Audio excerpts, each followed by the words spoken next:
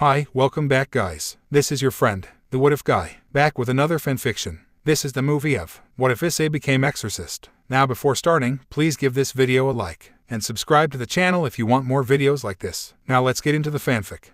We met at the cherry tree behind the park. It was quite a bit away from home, but it meant that most kids didn't come here, so we could have the place for ourselves. Those few weeks, in the shade, we spent more time together than ever. Back then, Irina didn't want to play with me and was perpetually sad. So I pried and pried until she finally spilled the news. She was to move away, halfway across the world, to a foreign country, one in which she didn't speak the language. Her father, a priest, had done something bad. She didn't know what exactly, but she knew exactly who to blame for this sudden change in her life. And in mine, too. Turns out, Irina had a crush on me. And I did on her, too. We were just kids though, so we remained together, there under that tree, holding hands. Her small, slender fingers grasping my own, a perpetual warmth to my child's heart. Even though she was a real tomboy, upbeat, happy and always ready to rumble, she wasn't like that in those last few weeks together. She'd sometimes cry when she thought I wasn't looking. I'd promised her I'd not let her leave, I promised I'd go with her. Those promises, back then, I was ready to commit. I was ready to do everything for her. I even asked her to run away with me, but of course, we didn't get far. It was the lunch break on a Friday when we sneaked out. My conviction-filled eyes turned wide like dinner plates when I was grabbed by a police officer a few train stations later. A pair of children running around the city, out of breath and holding hands in the middle of a school day was a sight for sore eyes. And for curious eyes, a reason to question us. Like that, our plan failed spectacularly. My parents were more angry about my foolishness rather than at me. For Irina's side, I had no idea. I never met her parents. The next time I saw her, it was a Sunday evening, behind that same cherry tree. I sat there, quietly looking at the other kids, at the complete lack of problems they had, and was envious. I wanted to kick the ball too, but I had made a promise to Irina. This was now my burden to bear. I was convicted, even then, as a kid. The other kids came and went, getting bored of kicking ball, yet I remained. The sun was setting, the wind ruffling my messy hair. Issei, I heard that cheerful voice from behind me. Irina was smiling, that childish glow returned to her eyes. I remained silent at this weird change in her demeanor. It's all right, I'm gonna become an exorcist, she shouted, throwing her small fist in the air. What I asked her, unsure. At that, she explained that she would become a person who would defeat demons and devils, wicked beasts from the tales and books. So it's all right. What is? I can go to London. I'll become a hero, she said, smiling from ear to ear, her tomboyish attitude taken over. You don't have to stop my parents. But I promise that I'll find a way. She cut me off, placing her slender finger at my lips. I blushed scarlet. It's fine. I want to go, myself, she stated, smiling at me. This wasn't a fake smile, but a bright, true smile. Even the spring in her step had returned as she stepped back away from me, giggling. And I remained quiet, not saying the words that I so desperately wanted her to hear. I brought a ball. Want to kick it around? She said, bringing her hand through her short hair and spinning around.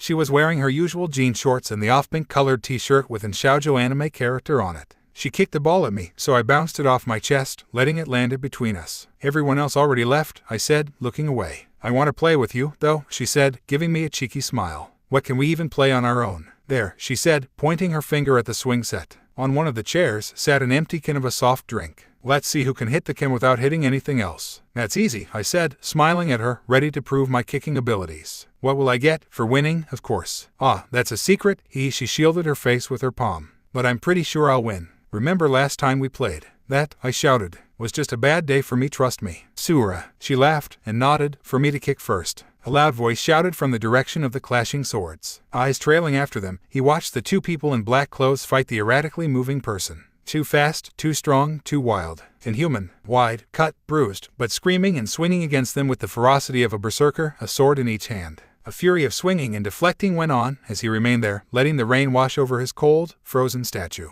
Oi, Shinji, kid still alive, the girl in the black screamed mid-swing. Issei, get up, get up. Only then did he remember. Her voice brought back some pieces of his scattered brain. Juzu, the girl screaming, was his teammate. The other person fighting was Sasaki Shinji, the oldest of them three. They were given orders to check a pressing matter of the church about missing people in the countryside that related to a monster taking them alive. This urgent matter was reported repeatedly by an old Christian woman living alone near a forest. And this forest was near a small fishing village. They had been sent to investigate, so they could kindly tell the woman to screw off. Something about training Shinji's ability to lead a small team. They did agree, and after that, Issei's mind was in shambles. A blank picture and only a ringing headache. He understood that his head had been hit. He tried to get up, but stumbled back to the ground, barely holding down the reflex to vomit. As he remained in that half-kneeling, half-standing position, he checked on his equipment. Pistol and 2 magazines were missing, so obviously he had tried to fight back before being knocked out. his knees dig into the wet grass. The only thing around them were the sparse trees. He bit down, his teeth creaking, before standing up. Shaking knees, he looked at the monster. Rio was quickly jumping around, dodging and trying to get in hits when she could, while Shinji was taking the brunt of the attack, full unlocked in a duel with the monster, sparks flying as they clashed. He reached into his coat, throwing a grenade between them. The monster cut it apart as it exploded into a flash of water and vapor. The monster jumped back, screaming in pain, his skin sizzling. Issei stumbled over to them as they locked eyes. Nodding to each other, they got into formation. Mid-lower class, we think, Shinji said, already knowing what Issei wanted to hear as he threw away his dark coat. Too heavy with the rainwater. Where's my gun? Destroyed, Rio spoke, glancing sideways at him. Her eyes were sharp, almost shining in the dusky light. A katana in her arm, she cracked her shoulder. Her statue shone in the rain, clad in the Exorcist bodysuit, with only a tank top and gym shorts above them. Her dark hair stuck to her face as she kept staring at the monster. Only a few seconds passed before he had recovered, running straight at them once again. There was no time to speak. Issei chucked another grenade of holy water before he fell back as Shinji took the front, Rio the flank. Issei stood back, pulling out a knife, cursing out his inability to fight. He stood, staring down the monster. If you excluded the inhuman scars, then you could almost mistake him for a human. His muscle bulging, Issei assumed from using his power. Once again, Shinji and the monster clashed in a standstill of swinging swords. Rio, almost literally, flew past the beast, her katana cleaving through the monster's side, crimson flying in an arc as she slid across the moist grass. Dodge! Issei roared as the monster threw one of his swords at her. Rio jumped face first forwards as the sword barreled down the range, above her, catching her in the side. Splattered, turning his, ice cold. Without thinking, he flung the knife in his hand at the monster. Soaring through the rain, it hit the monster in the shoulder, staying there. The monster remained unhindered as it kept pushing back Shinji. Issei scoffed, his eyes narrow slits as he dashed towards Rio. Ragged breathing, he slid over his knees, grabbing her side. She screamed in pain as their eyes met. Saliva splattered as Issei mounted her, keeping the older girl in one place as he looked at the wound. It was deep, had cracked a rib, but not reached any organs. She was bleeding as Issei began to think at 1,000,000 thoughts per second. He ripped his sleeve, with shaking hands trying to tear it to one single strip. She protested, flailing her arms at him as he tore off her tank top, scrunching it up and pressing it against her wound. Her now only bodysuit-covered chest moved up and down sporadically. She flailed harder as he kept it there, before getting off her and trying to tie his makeshift bandage around her thin midsection. A gurgle of a scream came as his froze, again. The monster was coming at him, a sword sticking out of his side, Shinji a considerate distance away, clutching his broken arm. He understood that Shinji had tried to take him down, but could only trade blows, coming out as the one who no longer could stand. Hold it, he shouted at Rio, stuttering as he stood up, facing the coming monster. His mind shorted, trying to think. The monster had become slower, not running at him. The wounds given to him were hurting the monster. He scoffed, his eyes going wide. The monster wasn't at his full power, not even close. If it was like this, then maybe. He slowly moved to the side, trying to get away from Rio. The monster began to run uneven steps as he dashed to the side, grabbing inside his coat with both hands. He blinked, and a sword was coming at his stomach, the monster already in range. As the monster was halfway in his baseball bat-like swing of his sword, Issei's arms pulled out, his fingers interlaced with pins. The sword struck his stomach, and both of them were enveloped by an explosion of water and fumes. Issei flew backwards through the air, hitting the ground with a thud. The monster's sword went flying in some other direction. After rolling a few times, he hit a tree with his back and vomited his lunch, shaking. His ribs were broken, he could barely breathe, but he wasn't sliced apart. Under his now-cut black Exorcist coat, a half-broken, bent-scale mail armor covered his chest. The armor that had saved his life. He would have laughed, but he was too scared. The monster was screaming in pain, flailing around, the sword out of his hands. His skin burning, the holy water boiling him alive. How many grenades had he used just then, and still, it wasn't enough. The hard beating of his heart hurt his head. It was overpowering, loud. He couldn't even hear anything else anymore. He barely got up, stumbling, as he ran right at the monster, his holy cross in hand. The monster, flailing around like mad, hit him in the face as he failed to dodge. Falling downwards, he grabbed onto his leg, punching the monster in the crotch. He, together with the monster's leg, hit the ground as he kneed Issei in the stomach. He screamed in pain, howling. He started to flail his fists, feeling the pressure of his scale mail bend around his stomach. The monster bit down at him, but instead of his face, Issei raised his left arm to block. Saliva splattered as the monster gnawed on his arm. Something crunched inside. He felt the bones grind, his eyes upturned into his skull as he simply screamed in agony. He couldn't even think as his right arm, together with his golden cross, just kept punching something, anything, until eventually it reached straight into the monster's wound. The monster's jaws lightened slightly, but did not release. Issei flailed his body under the monster to no avail. Off, he screamed. Help me. Seconds passed, and nothing happened. He kept screaming in pain, holding the monster at bay. He gave up hope, his strength fading. Fine, he thought, a very fitting end. This is what I get for being this arrogant. Then, a river of splattered all over Issei as the weight of the monster fell on top of him as he didn't stop screaming. The head of the monster was separated from his body, but the head was still attached to his arm by the sharp teeth inside its mouth. Rio stood above him, holding her katana, dirty with, in one hand, her other hand clutching her side. She raised her head at the sky, screaming, "I am invincible under the sun." However, there was no sun to be found there, only overcast, dark clouds. After a few seconds, her wandering mind came back, and she helped push the monster's body off of him, together with Issei's flailing, and then got on top of him, calmed him down the same way that he had done to her, and tore the bodiless head away from his bleeding arm. Tears flowing from his eyes, he tried to find holy water to disinfect the wound. Calm down, it's fine, you're fine," Rio shouted, searching through his coat. He was such a mess, flailing around, panicking. He almost blacked out from the pain when the holy water hit his arms. Shinji dropped to his knees next to him, one arm bent into a wrong direction, the other holding a phone. He was quickly speaking.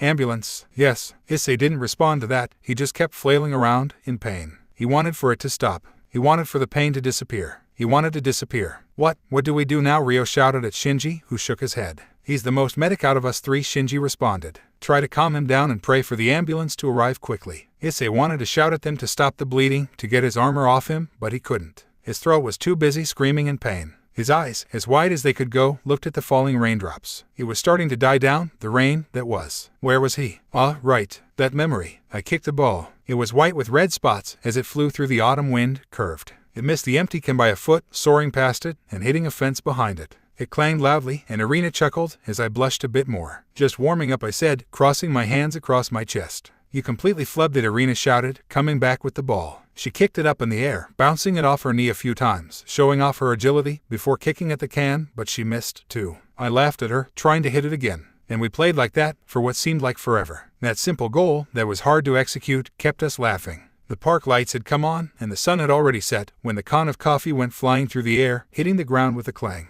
It was I who hit it. Fist pumping the air, I let out a loud scream of victory, standing proud, my chest extended outwards. But it deflated after a small chuckle. It took us so long to hit it that it was obvious that my success was just a fluke. Irina dropped into the grass, looking at the night sky. I stood there, glancing at her. "When are you leaving?" "Real soon." I remained quiet. "Are you sad?" "Yeah," I responded, honestly. This was the end of the line, and I knew that, even back then. There was no need to hide it. She flushed red at that answer, asking me to sit down on the grass. I did, next to her, crossing my legs. She sat up, too. "I'm sad to leave this place, too," she spoke, smiling bitterly. "But I'm also happy for the future." The wind rustled our hair, blowing gently. The silence between us was only complemented by the low rumble of cars in the distance. Irina sat, her slender legs crossed. "You know, Irina, I like you. I wonder which one of us was more red." Because of her leaving, speaking so honestly was easy. Our eyes met, before quickly moving away in embarrassment. "I know. I promise that you won't have to leave, but well, that kind of failed. I failed." She gave those words a small chuckle. "It's fine, honestly." The truth was that I didn't want her to leave. I didn't want for our secret relationship to end. I loved the aspect of it. Every day felt like a mission. We were scheming, hiding, creating plans. It wasn't a game for us. The days passed with just us two, trying to complete the goal of Irina not leaving for forever. That forever being whatever how long, since we were kids. "Right, I didn't give you the prize for winning," she said, not looking at me. "Oh, 'bout time. Close your eyes. You're not gonna do anything weird, right?" "No," she said, so I closed my eyes. For a few seconds, all I could hear and feel was the gentle wind. Then, I felt her slender fingers envelop my head. I didn't say a word, and neither did she. After a few seconds, she kissed me on the lips. It was just a small peck, filled with nothing but childhood innocence, and she quickly jumped back, her clothing rustling, her fingers softly sliding over my bright red cheeks. When I opened my eyes, she was standing with her back to me, her arms behind her back, fingers interlocked. "Say, if you want to help me become an exorcist, too." And thus, I agreed. "Sure," I said, smirking. "I'll become the best exorcist this world has ever seen." When she turned around, I saw the brightest smile in the whole world. The sun was no match for her. Her violet eyes sparkled, wind ruffling her hair. "It's a promise," she shouted, throwing her hand in the air, playfully. After a few seconds, she lowered it and scrunched up her face. "It's about time I leave. They'll want for my parents to come running again." I sighed with great force to show her how I felt about her leaving. She laughed, calling me a dummy, and waved goodbye. "Bye." She twirled around like a turntable, raising her finger at me. "Not bye, but see you, since we'll be meeting here tomorrow." Grinning, I responded with a proper "see you." And she made a cute MHMPH sound as she nodded, "See you." With a violent shake, he inhaled sharply. His eyes wide, he was disoriented, he didn't know where he was. Only pain responded as he looked around. He coughed in pain, trying to grab his stomach, but the cast blocked him from doing so. Hospital, he realized, after a few seconds of his mind drawing a blank. Slowly, he looked around. Ria was sleeping in the next bed across from him, quietly breathing. Her modest chest moved up and down, slowly, calmly, very differently than in that fight. Outside the window, only darkness, mixed with lights from buildings afar. A red sky from the light pollution.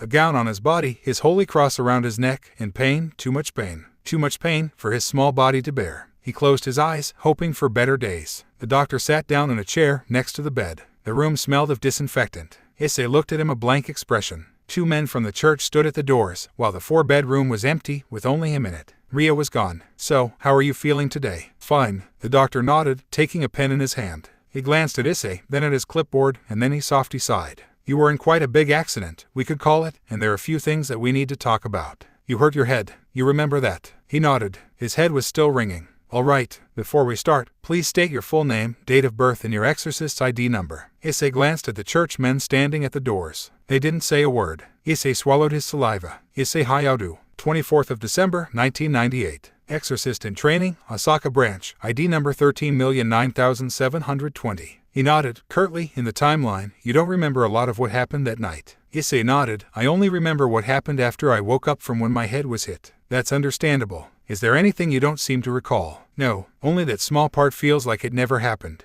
All right, here, take this. The doctor gave him a few paper sheets. Please, read them and confirm that this is how it happened. Issei looked down, his dull eyes tracing over the computer-printed lines. He skipped the beginning until the part where he woke up. Everything was there, to the very last detail. How he screamed and cried in pain, how he was flung around, how he was beat down, how his arm was crunched. It's word for word. The doctor nodded, taking back those papers. Issei looked at the doctor once again. He was wearing a white coat, but didn't have a badge with a name. He asked specifically about Exorcist-related things. He wasn't a regular person, so probably a higher-up from the church. What's the big deal, anyways? Issei-kun, we take these kinds of accidents very seriously. A group of young exorcists in training had no reason to be in such a situation. It was the fault of the Osaka branch church that you had this happen to you and your exorcist classmates. As I understand, this was your first experience in a non-simulated battle. He nodded. All things considered, you did well. The most important part is that you didn't freeze or run. You did not lose your bearings. You acted to the best of your abilities. The courage to act is more important than theory. There was a silence for a while. Issei coughed, and then, awkwardly, thanked the man. All right, we will sort out this negligence of the church, I promise that.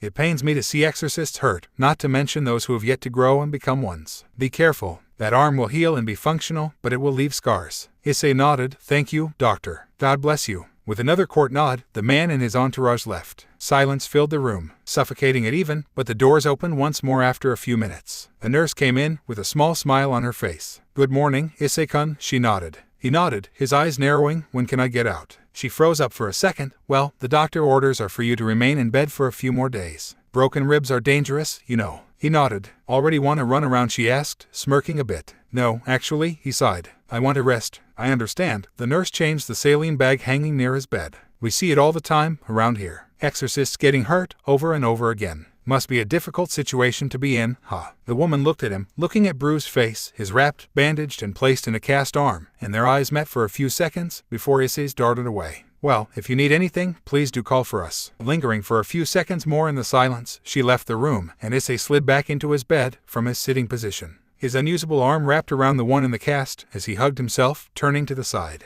It hurt, but he grit his teeth. After all, he was still afraid. In shock, his small body trembled. The scene of battle didn't escape his mind. A few days passed. No one visited. And thus, as he stood outside the hospital, rainfall had come, once again. The cars passed, their lights blaring past him. The halos from lights seemed even more exaggerated than before. Rubbing the bridge of his nose, he sighed. Had his vision grown even weaker? A long shiver ran across his spine, so he grabbed into the cast. His left arm rested at his side, in a sling, numb. The doctor had stated that it was normal. He had promised that the arm would work like normal. A hand on his shoulder, grabbing into it strongly. He jumped in place, startled out of his thoughts. Rio stood there. A transparent umbrella rested against her shoulder, covering her from the rain. Her cat-like, black eyes narrowed a bit as she stared at Issei's crooked statue. He glanced downwards, at her legs. The black school uniform skirt reached to almost her ankles. Black boots on her feet, that was where the school uniform ended. Above, a wool sweater, a few sizes too big, dark blue. The neckband of it was wide and free as it hanged on her shoulders, showing her collarbones. They were beautiful in a way Issei had never seen.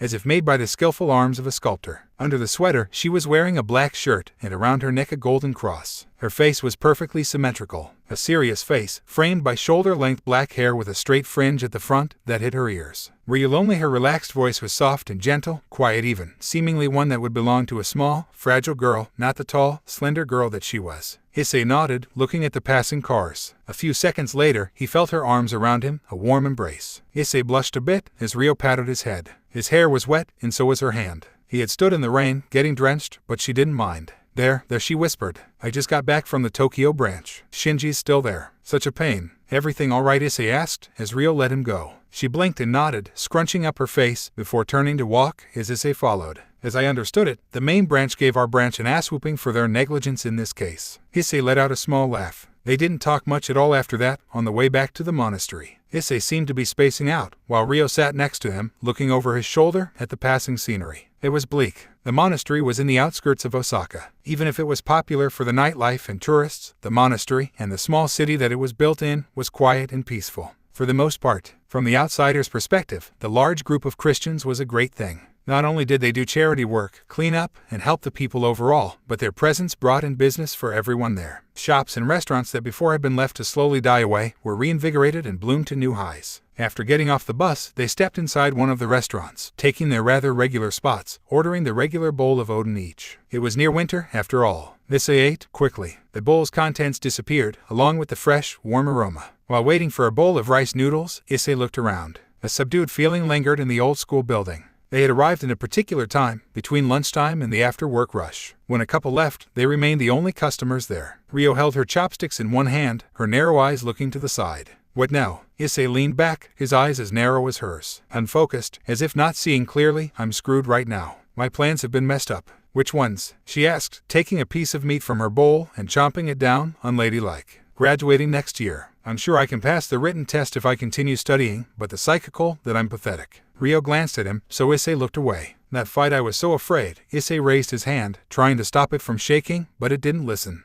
I can't get the image of his strength out of my mind. The feeling of his teeth sinking into me, the reek of his breath. And worst of all, the lack of power I have. You did fine, for what you have and are. Issei chuckled, with a straight face. You know the worst part, I don't know if I would have the courage to attack, had my head not been knocked. When I got up, I didn't even realize where I was, or who I was. I was so disorientated, that I didn't think and attacked. He grasped his damaged arm, and I thought for just a moment, I'm not sure if I could actually commit myself to attack. That's fine, Rio spoke, emotionless. The fact that you could move and attack when everything went to shit means that all the training you've been through actually works. You either freeze up, or you start moving mechanically, like a machine. Issei didn't answer, hiding his face behind his arm. A single brown eye shone through the bruised fingers, unfocused at a single place. A while later, the waitress brought 2 bowls of noodles. Eat up, Rio spoke, pushing one of the bowls towards him with her chopsticks. With slow movements, Issei raised the noodles, cutting them apart with his chopsticks, put them in his mouth, chewed them and swallowed, mechanically. He repeated the action until the bowl was empty. He put his chopsticks parallel to the bowl and glanced at Rio. How can I become strong? She widened her eyes, mid-bite. I mean it. What can I do to become strong? What is a way that would work for me, talentless, small kid? I wonder. I recommend picking up a sword. Issei sighed, as Rio continued to eat. Of course you would. You use it. Your parents used it. I already have a gun. Who says you can't have both? Rio narrowed her glance at Issei, raising one of slender fingers, pointing it at him. Because as you said, if you don't have a sacred gear, don't have some kind of natural talent, and you don't have the blessing of a god, then you can't do anything about it. You can only train till you puke. So then, pick up a sword. I can't afford it. I have to replace my armor as well. About that, I take back everything bad I ever said about it. Issei sighed softly. Had it not been for his chainmail armor, he clearly understood that he would have been skewered, his enthralls scattered, and his life forfeit. Even now, sitting in a restaurant, he felt naked without it. But I'm serious, Issei. Rio spoke his name, as if to assure him. I can teach you. Full-fledged exorcists are given both a gun and a sword. Any exorcist worth his salt has mastered both. Issei chuckled, his eyebrows upturned. What are you afraid of? Failure, Rio? Issei met her eyes. I can barely keep up with others without the added stress of training with a sword. I'm doing my best, but I'll shatter soon. Rio sighed, putting her chopsticks on top of the empty bowl of food. I'm just a young kid in over his head. Issei's face scrunched up as he brought his hand through his messy hair. His eyes tightly shut, he laughed for a second. His head hurt, bringing back memories. That story about Irina. The next day, when they were supposed to meet, Irina never came. He waited till over midnight, only going home when the cold became unbearable. Irina's house was already empty when he went there the next day after. She just disappeared, without a word said. Without a letter, a note. I started this whole thing because I wanted to chase after a girl, you know. I wanted this. I was sure I could handle it. But the more I push, the more I understand that I am nothing. Just ain't nobody with delusions of grandeur. Rio stood up and punched Issei in the mouth. He recoiled, almost falling over, but caught onto the table. You're just a kid, right? Barely 13 years old. We fought a demon, and we won. You held him off as I cut off his head with my sword. I swung hard and without seeing. I decided to trust my own ability to not take your head off along with the demon's own. And I succeeded. I'm a kid too. I'm barely 14, but you don't hear me whining. I was afraid too. Your screams of pain were horrifying. The worst thing I've heard in my life. Issei stood there, tasting in his mouth. Come on, look me in the eye. Rio's eyes softened.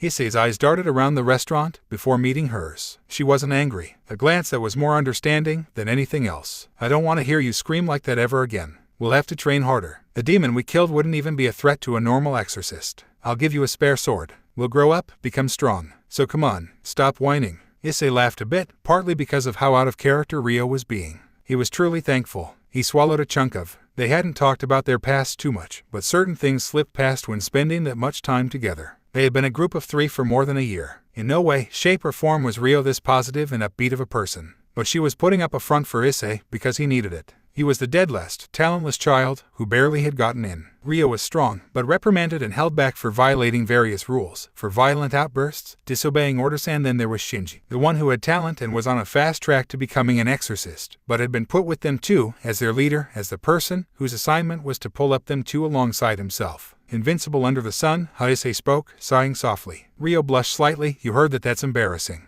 However, he knew that it was enough, that it was time to stop moping around. And that Rio obviously didn't want to speak about her scream after the battle, so he left it there and didn't pry any further. Thanks. When I get like that, please punch me again. Sure, Rio spoke, letting out a boyish laugh. With pleasure, you emo brat. Shall we go? She nodded, exiting the restaurant with Issei in tow. He could feel his face getting hot, knowing that it would get swollen. I want to train, he said, looking at his damaged hand. With a sharp exhale, he flexed it, forming a fist. The burning pain scalded his nerves, but he didn't let out a sound. The pain proved that he survived a real attack from a real devil. His eyes narrowed, he looked to the side. He saw himself in the reflection of a large window. Eyes that didn't hide contempt. His hair messy and all over the place. Black pants, therein stuffed into his brown boots. The dark gray undershirt that was too long could be seen underneath his black hoodie, halfway zipped up. His injured hand hanged under the hoodie, while the empty sleeve weaved in the wind. His golden cross hanged above it all, like a pair of dog tags. His face was still black and blue, his nose slightly swollen. It hurt to breathe. His whole body felt weak from the days of sleeping around and hospital food. This was not how a 13-year-old should look like. May God save us all, he thought, turning his vision back to the street. Rio was glancing at him from further away. She looked at him with her usual stare, her head slightly downcast, her eyes staring through her eyebrows. She was using her umbrella as a cane, leaning on it lightly. Both of them knew that they did not look like believers of God, harbors of goodwill. And they both accepted it, since he was the up dead last, and she was the delinquent. His feet hit the pavement in a regular, controlled rhythm. It was snowing. As if in low gravity, the large flakes fell slowly, and it was Issei who hit the flakes, not them falling on him. It was still dark outside even though it was past 7 a.m. For what seemed like past years, Issei never skipped morning running. If he wasn't dying, he was running every morning. The single mile that he started to run when he was a small boy had turned into miles. He could run a marathon and still be fine for the day afterwards. However, running took a long time, so he had settled on about a 5-mile run around the city and through a forest trail. With his brisk pace came the elevation changes and change in his footing, providing a good enough simulation of real-life battle situation. With gray shorts, black running leggings under them and a hoodie too large for him, his face was halfway hidden from view. His pace increased as he turned off from the road into the forest. The trail he ran only had a single pair of steps crunched into the snow. As with his pace, his breathing increased, letting out small clouds of warm air. He felt his heart beat inside his chest. It was a powerful, methodical heartbeat, like a clock. As he jumped over a fallen tree, he touched the ground, sliding his fingers over the snow, it stinging his warm flesh. He increased his pace even more, coming close to an uphill section, dashing upwards in a single breath's inhale, and turning off away from the trail, running through the fresh snow, his sneakers dirtying with a mix of white and dark brown. Dashing between branches and trees, came upon a river and ran along it, splashing water over his clothes, but he didn't care for it. After a while, he quickly turned to the side, grabbed into a branch overhead and threw himself over the small river, almost running on all fours as he landed. With an expression of anger, he dashed even faster as he noticed the abandoned building in the distance. His pace was so fast that he reached the end of the forest in a matter of seconds, using a single swipe of his arm to break through the branches. As he jumped upwards, grabbed the fence that separated the forest from the man-made land, and pushed himself over. As he landed, he lost his footing, quickly turning his shoulder and rolling along the ground in trained reflex. He didn't get up. Instead, he sat in the snow, his breathing and heartbeat remaining as strong and fast as before. He lowered his head to his knees, scrunching up his face, simply breathing in the cold air. His whole body was sweaty. It had begun to become light out. He looked at the winter sky as he waited for his breath to come back. He hated running.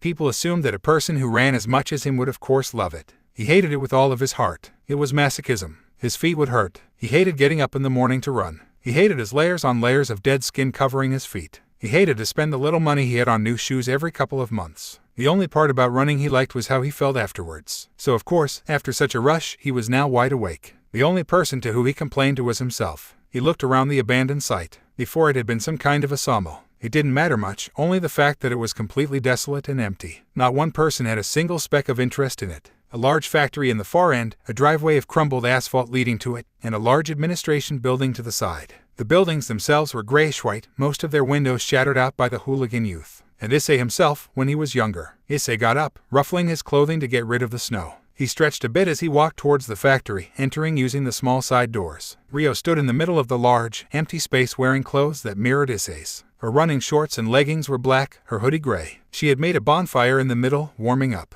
Yo, Issei waved, smiling. Yo, she nodded upwards, not moving her body even a millimeter. Her dark eyes reflected the bonfire as Issei moved close to it. This was their training spot, had been for a long while now. Shinji not coming. No, upper management called him. Issei didn't pry more, raising his hands to the fire. He could move his fingers and wrist freely, for the most part now. Only a makeshift half-cast was around his wrist to the elbow. While it did impede movement, his hand was usable. Some few weeks had passed since the accident with the devil. As he warmed up, he realized how cold and numb his feet were. His running shoes were drenched from the snow, of course. He moved his toes around, his eyes closed, just lost in thought. His heartbeat was already calm. He felt the hot circulate his body. He felt on his toes. He felt aware. Turning his head to look at Ryo, she was already stretching. Her left leg raised straight upwards. She was squeezing it closer to her chest, all while standing on a single leg. Lowering the leg to the ground, she lowered her head, along with her glance. Her legs began to move away from each other as she sat down on the ground. Issei looked as she performed a perfect leg split, and then lowered her body against the ground, her arms stretched forwards. Like a dancer, like a gymnast, Ryo was ridiculously flexible. Issei bounced on his heels, like a boxer, shaking out his shoulders. He had stretched earlier, before running. His stretching routine consisted of simple stretches, nothing as impressive as her. He was lost in thoughts when Ryo called out his name. Holding two training swords, one in each hand, she threw the one she held in her left hand at Issei, who caught it by simply raising his hand upwards. It felt solid and heavy in his hand. Even though it was wooden, it was placed into a wooden scabbard. Heavier than before, huh, he said, using the wooden sword as a crutch to get himself up. Ryo simply nodded, taking stance against him. Issei removed his hoodie, uncovering the dark t-shirt underneath. It was covered in holes. His arms were covered in bruises and cuts, wounds that he knew wouldn't heal fully. Some of them were already covered in dry scabs. And all those things were done by Ryo with a damn wooden sword. He tied a sash around his waist, and Ryo had done the same. He hanged the wooden sword between his side and the sash. Issei closed his eyes and inhaled, before stepping in front of Ryo. Before stepping in front of pain. When he opened his eyes, both of them were standing 24 feet away from each other. His right arm lingered across to his left side, before the sword. Batajutsu, it was called. The art of unsheathing your sword and attacking the enemy in a single, lightning-quick swipe. He nodded, as they both stepped forwards. Ryo's sword was already at his eyes. He felt the blast of wind that her swing blasted his way, but yet, he still hadn't unsheathed his sword. The dull tip of her wooden sword drove across his forehead, as he dodged by a negative millimeter. Inside each other's guards, Issei's arm flexed as he was about to swing the wooden sword through her. In a single draw, he would get her. The swung didn't happen. Ryo's free arm rested on top of his arm, that was still at his side, holding onto the sword. Her grasp denied him the ability to draw his own sword. He felt her hair on his face, her breath on his neck. He stepped forwards once again, spinning to the side, his knee going high, trying to hit Ryo's side. She stepped forwards, spinning around him, making him stumble. She kicked his knee from behind, his knee hitting the ground. The wooden sword went flying out of his hands, bouncing against the pavement. Ryo was in control. Before Issei had spared against her with swords, he had not realized how much of a monster she was. At 14, she was the top swordsman of the Osaka Exorcists in training. Her calm demeanor hid the monster inside of her. Her way of sword wasn't one that was for looks. Her way was that of pure killing. The draw of a real sword meant that it was time kill. Issei knew that her family had taught from young age, but this was simply ridiculous. He lunged forwards, cartwheeling to his feet, and grabbed his sword. He spun around as Ryo simply stood there. He threw away the wooden scabbard of the sword and raised it towards her. Issei, really? I ask, no, I plead, that you take the unsheathing part seriously. It's important. He sighed, nodding, sorry. She let out a small breath before dashing at Issei with what would probably be an overhead swing. He realized she was probably telegraphing her attack on purpose so he could read it. Issei stepped sideways, meeting her sword with his own from the side, redirecting her past himself, as they both spun to meet each other's dull blades once again. Like that, they trained. Ryo was obviously not going all out. Not even close to it, because she was teaching him. She had promised she would, and she didn't let Issei down. Only Issei himself grew frustrated of his lack of inborn ability to use the art of kenjutsu. The of samurai did not flow in his veins, he thought to himself. However, his body was already used to the feeling of swinging a sword. The swings he practiced alone, for hundreds and thousands of times, were ingrained in him to his core. In a barrage of their swords meeting, Issei took a half step back, leaning his whole body to the right. Half of a second later, Ryo's sword swung past there, as Issei raised his sword upwards, changing the grip of his sword to that of a rapier, spinning his right shoulder towards her. She dodged the rapid stabs, the sword soundlessly flowing between her hair. She dodged without a single wasted movement. And then a few seconds later, Issei collapsed, his sword bouncing against the ground. He clutched his side, weeping in pain. Enough. Somehow Ryo had hit him in the ribs. She squatted down, sighing. When you change your style of wielding a sword, you open a nightmare of weak spots for yourself. You couldn't even see my attack, because your elbow was in the way. But I can mix and match, right? He asked, having regained his ability to breathe, yet it was ragged. Depends on how much natural talent you got. She reached out to Issei, helping him stand up. For now, please try to follow my guidance to the fullest. Once you are proper with a katana, then you can do whatever the hell you want. Even though I'm sure that will take you quite the while. Why must you hurt me so deeply? Issei asked, showing her an exaggerated expression of pure despair at her teasing. She chuckled, picking up Issei's sword and sheathing it, before giving it to him. Want to go again? He nodded. Where do you even get variously weighted wood swords with wooden scabbards? Issei asked, about half an hour later. His breathing was still ragged. Both of them were sitting at the small bonfire, opposite of the fire that was in the middle of them. Ryo was drinking water from a bottle, while Issei drank milk from a carton. Extra calories. She had taken a bag of supplies along with her. The proper name for scabbards is saya, by the way. My family had them made. I used them when I was training, didn't even get to touch a real sword until I was 7. You say that like it isn't ridiculous that you wielded a real sword at 7. My brother did it at 4. What the Issei asked, after the milk that was halfway down his throat had hit the barrel of fire, is your whole family freaks or something? Maybe, Ryo spoke, her eyes narrow. What about yours? It took a while for Issei to respond. He swallowed once, trying to get feeling of a lodged rock out of his throat. They were regular people. Salaryman father, stay at home, watch the kid, mother. They remained silent, the oak wood crackling as it burned. The coldness of the early snow that silenced the sounds of the forest. It was almost a lack of sound. His legs crossed, his arms hidden in the pocket of his hoodie, Issei was almost nodding off, his head lightly falling forwards. The warmth of the fire was cozy. We've never really talked about our pasts, Ryo spoke, her gentle voice almost as silent as a whisper. The doors to their little hideout opened as he was about to try to continue the conversation. Both of them frigidly looked at the intruder. It was Shinji. He waved, and they relaxed, waving back. I thought you weren't coming, bro. Well, I couldn't think to leave you alone with Ryo. Was afraid you'd get killed or worse, he answered, laughing. Probably just jealous to leave us two alone, Ryo replied, teasing him in return. Shinji sat next to her by the fire, moving his fingers around. He was dressed in athletic wear, his face red from exertion. He had also arrived by running. He moved his arm around, as if pain. He noticed Issei's gaze, looking down at him, just sore. I kind of didn't listen to my physical therapist's advice of not overdoing training. Take it easy for a bit. You got your cast off just a week ago, Ryo said, her gaze scrutinizing. You pushed too hard. She seemed genuinely worried. He sighed, bitterly. The two of them moved closer, beginning to talk. Something about the upper management. Issei droned it out. Ryo was closer with Shinji. He didn't know exactly how close they were, but it was obvious, even to his young self. He even called her by her first name, with nothing else even when in private. Maybe they were secretly dating. Well, it wasn't really difficult to understand why. He was tall, handsome, great at fighting, great at learning, great at tests. He was on a fast track for becoming a great exorcist. His family was powerful. He was also the oldest of them, at 15. But Issei was just Issei. Bottom of the list at everything, small, weak. He became an exorcist because of a probably forgotten promise. The girl he was chasing might not even remember him at this point. He didn't know, and he was afraid to find out. In the end, Issei didn't have anything to offer to anyone. Already going? She asked, her eyes narrow. Hey, I thought we could train a bit, Shinji shouted, raising his hand. Listen to Ryo, rest a bit, he responded, not turning back to them. I forgot I didn't do that essay on vampire habits. I'll scratch something up before class. He shut the doors behind him with regular force. He had no right to be jealous. He realized that, but he couldn't control his emotions. He could only control himself and get away before saying something stupid. Besides, what was his 13-year-old's heart even doing? He didn't understand what he felt about Rio. If love, then the love he felt to Irina wasn't love. The feelings he cherished from the days beneath that cherry tree back in Kuo were pure like snow. Those days made his heart race. He could only remember her, because everything that happened because of her. But this feeling was entirely different. It felt more sinister. He wanted to embrace her. He wanted to hold her and only her. And he wanted for her to embrace him and only him. The idea of her being with someone else, even Shinji, made him angry. He was possessive, but only in his mind. He never let out a hint of emotions towards Rio. He knew that this situation wasn't permanent. It was obvious that Rio stalled for time on purpose. Her grades were great, but she acted out on purpose. Punishment was keeping back graduating.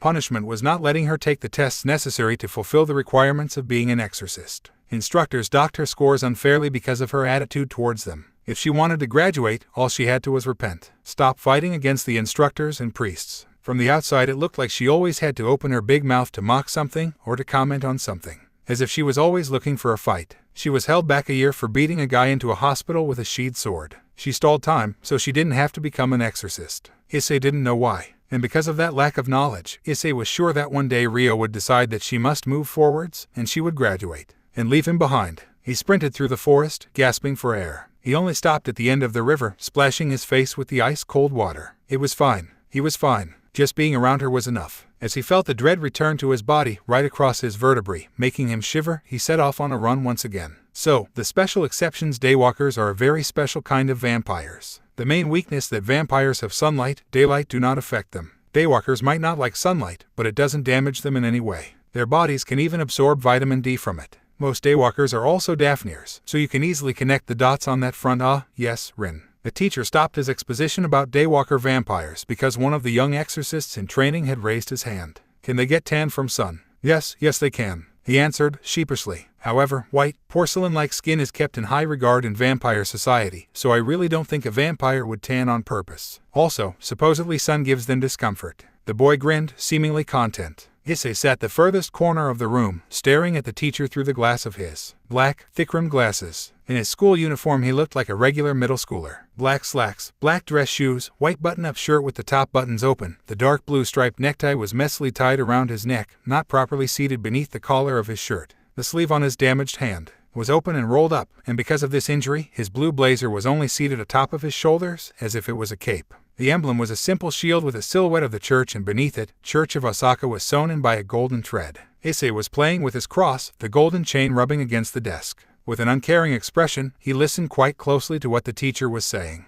If he was in class, he had decided to make the most of it. Rio was nowhere to be seen, and Shinji didn't have to attend these lectures, so he was all alone. Some of the other boys were eyeing him quite hard, so he pretended not to notice. The time passed quick, as the teacher seemed to have a fascination on the topic of vampires. Because of this, vampires are extremely dangerous. It is often forgotten that most of these monsters have a will of their own. The mindset of most vampires are particularly dangerous, because we, humans, to them are like food. From their point of view, we are the cattle. Ours like the meat of cows that we eat. We do not see cows as our equals, and so do vampires. To them, we are beneath them. Theoretically, some would say that we below them in the food chain. The teacher spoke, pausing to make a point, but it seemed to fall on deaf's ears. The rowdy bunch of boys had taken it as a challenge. No one is above us. Humans are strongest. If not, we wouldn't be the leaders, while the vampires hide in shadows, out of the way in some mountains. The teacher sighed, and as he opened his mouth to give a hasty reply, the bell rang. It didn't matter that it was a Christian school, middle school-age students were still the same everywhere. They stood up, bowed, and exited the classroom as quick as they could. Issei remained one of the last ones in the class, as he was in no particular haste to exit whatsoever. He looked as most of the exorcists in training gathered into their own little cliques and groups, talking and laughing as they left. The next period was free. How do? He heard, just as he had put away his glasses. He scrunched up his face for a second, and then turned around, trying to show his teacher a regular, easygoing expression. Yes, whereas Miss Juzu Rio? I don't really know. After her morning run she did say she was feeling a bit under the weather. The teacher sighed in an overly exaggerated manner. His eyes narrowed down, crossing his arms on his chest. He was quite fit for someone his age. His light gray hair didn't show any signs of thinning.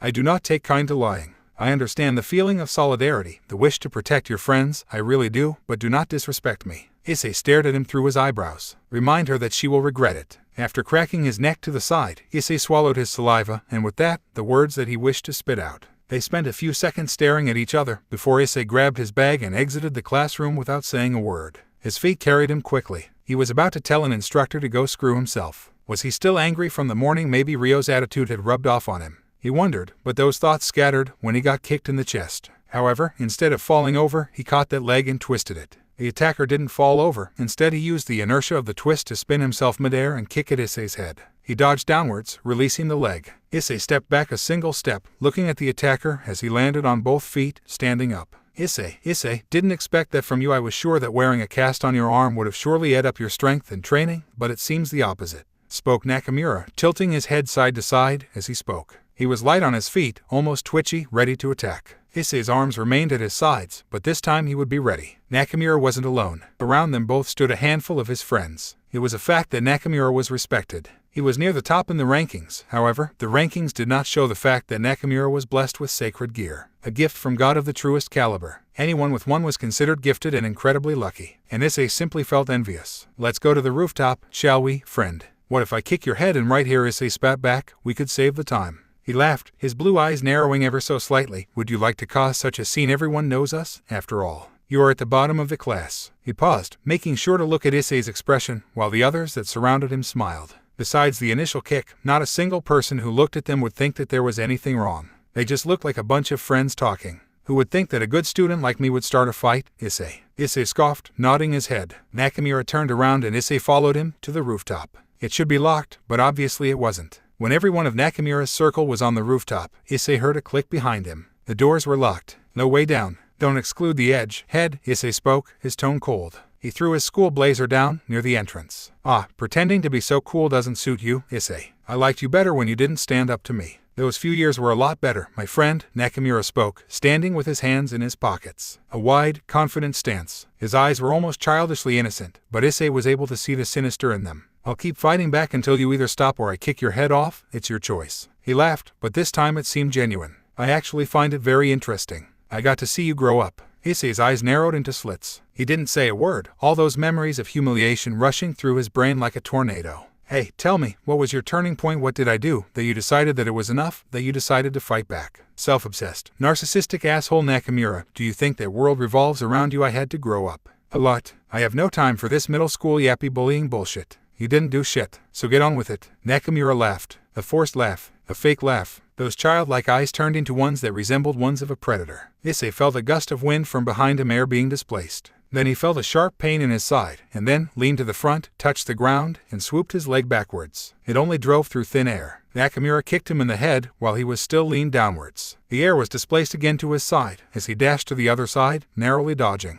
Nakamura's sacred gear was short-range teleportation. Issei had to guess that as he aged, his distance had increased, but it was no more than a dozen feet. He could do it consecutively for a few times, but had to rest after that. Issei clutched his bleeding nose before wiping off the with his wrist, dirtying half his face. He was full of anger. He noticed Nakamura for a second as he swung his arm in a punching motion and disappeared. Issei instantly dropped to the ground, his already in motion punch going above him. Issei grabbed onto him, hearing him scoff. His fist connected with the stomach of Nakamura. It was satisfying. He moved even closer, wrapping his arm around Nakamura's. He couldn't teleport anymore. Their eyes met a split second as Issei stepped into him. The elbow that Nakamura had tried to throw was useless now. Issei was smaller in height and used it to his advantage by smashing his forehead against his nose. Unfortunately, it didn't crunch. Nakamura had probably leaned into it to minimize the damage. Issei's face scrunched up in pain as he felt being kicked in the side. He couldn't control Nakamura's movement fully since he was physically smaller. Pushing him back, Nakamura kicked, and Issei released him to dodge. He had no choice. Taking a hit like that would have knocked him out. Nakamura disappeared, and Issei focused on feeling the gust of wind from air being displaced from the spot where Nakamura would appear. This time, he was surprised.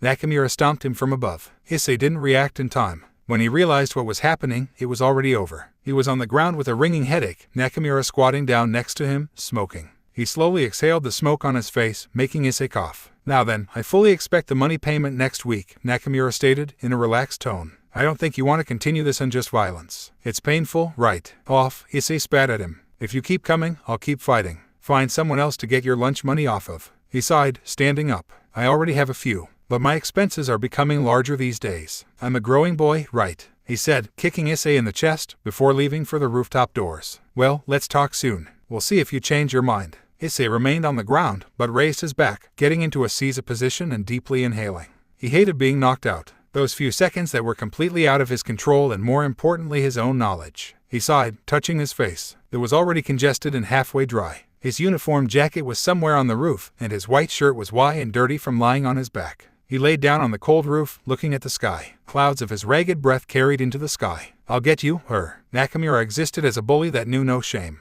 He wasn't a bad boy, not in the slightest. He performed well in school, people generally thought good of him, the teachers liked him. He was smart and wicked. His perfect persona and his network of bullies was something special, Issei was pretty sure of it. He had single-handedly built a network of incoming money. He only bullied those without a good standing in school, such as Issei himself. He asked for money and punished by the way of violence if they didn't comply. He beat people who usually trained hard and got injuries, so it wouldn't be so obvious. Issei had taken it for a while when he was younger. Those hellish days of loneliness and suffering. However, ever since getting with Ryo and Shinji, he had simply fought back. He couldn't face them otherwise. He didn't want to be that much of a coward. Didn't matter that he didn't win, but he was left alone for the most part. Teachers didn't care for it, and if they did, fact of the matter was forgiveness. Atonement and forgiveness were the staples of Christians. Atonement was key, and as a Christian, he had to forgive. Let bygones be bygones. Bullshit, he thought. With every fight, he was coming closer to Nakamura. One day, he'll be the one victorious. And then, he was sure that he would beat him to an inch of his life. Thankfully, there was a bathroom nearby. Looking himself in the mirror, he only found a sorry sight. His nose wasn't bleeding anymore, having clotted. Splashing cold water on his face, it only made the burning sensation in his face worsen. No matter how many times his face was split open, the flushing sensation never diminished. He ruffled up his white shirt to get the footprint off and put on his blazer. The glasses were undamaged in their protective case. He sighed, exiting. He didn't feel hungry, so studying it was. He went back to his dorm room. 4 beds in a single room. 4 desks, with a lamp, 4 closets and 4 small refrigerators. It was empty. The other boys of the room were outside, probably. The other walls by the beds had some kind of personality to speak of. Even though they were exorcists, they were still kids. The dorm manager allowed them to have posters, books, other things of that nature. Corner, below a window, didn't have much to speak of. A bunch of worn-out running shoe and a suitcase under his bed. Books for studying and a Bible on his desk. His bedding was slightly disheveled, as his training clothes were laid on top. He sat down on the wooden chair, pulling the first book on the stack towards himself. Math, algebra, to be specific. As his program was one that gave you an education and the title of an exorcist, it had most subjects that schools had. Because of time constraints, they would speed through the material at a much higher pace than at a regular school. He tried to focus, reading the theory, however, his ringing headache didn't subside. His vision blurred, and he noticed a few wet spots on the book's page. Tears. Leaning back, he took off his glasses and looked outside the window. Lazy clouds passed. What is this shit? He swore to himself, his expression one of pure anger, coward. He stood up, grabbed the book and hurled it at the wall above his bed. After the loud crash, some papers he had stuck between scattered. Across the room, his breathing ragged, he stood there, undeniable anger in his expression, yet tears flowed from his eyes. You're fine, he said, comforting himself. I'll be fine. He picked up the scattered papers, put them into the book that, surprisingly, had not been destroyed by the force of the throw, and put it back on the desk. Getting into his bed, he was on his side, pulling his knees to his chest. Driving through his hair with both hands, he remained like that. Obviously, his though-guy response to the bullying was just a charade. He didn't want to be in pain. He wanted for it to stop. It took a lot out of him to give Nakamura such responses as he did, flexing his legs just so they wouldn't shake. He was just a coward, after all. He started to bite his fingernails, his eyes unfocused. The familiar, disgusting feeling of a shiver going up his spine, once again, returned to him as he scoffed. He shut his eyelids. The tears had stopped. He was leaning over a textbook, his long, dark hair obscuring his face, glasses sitting on the tip of his nose as he was furiously scratching in a notebook. Derivation was still a sore subject for him.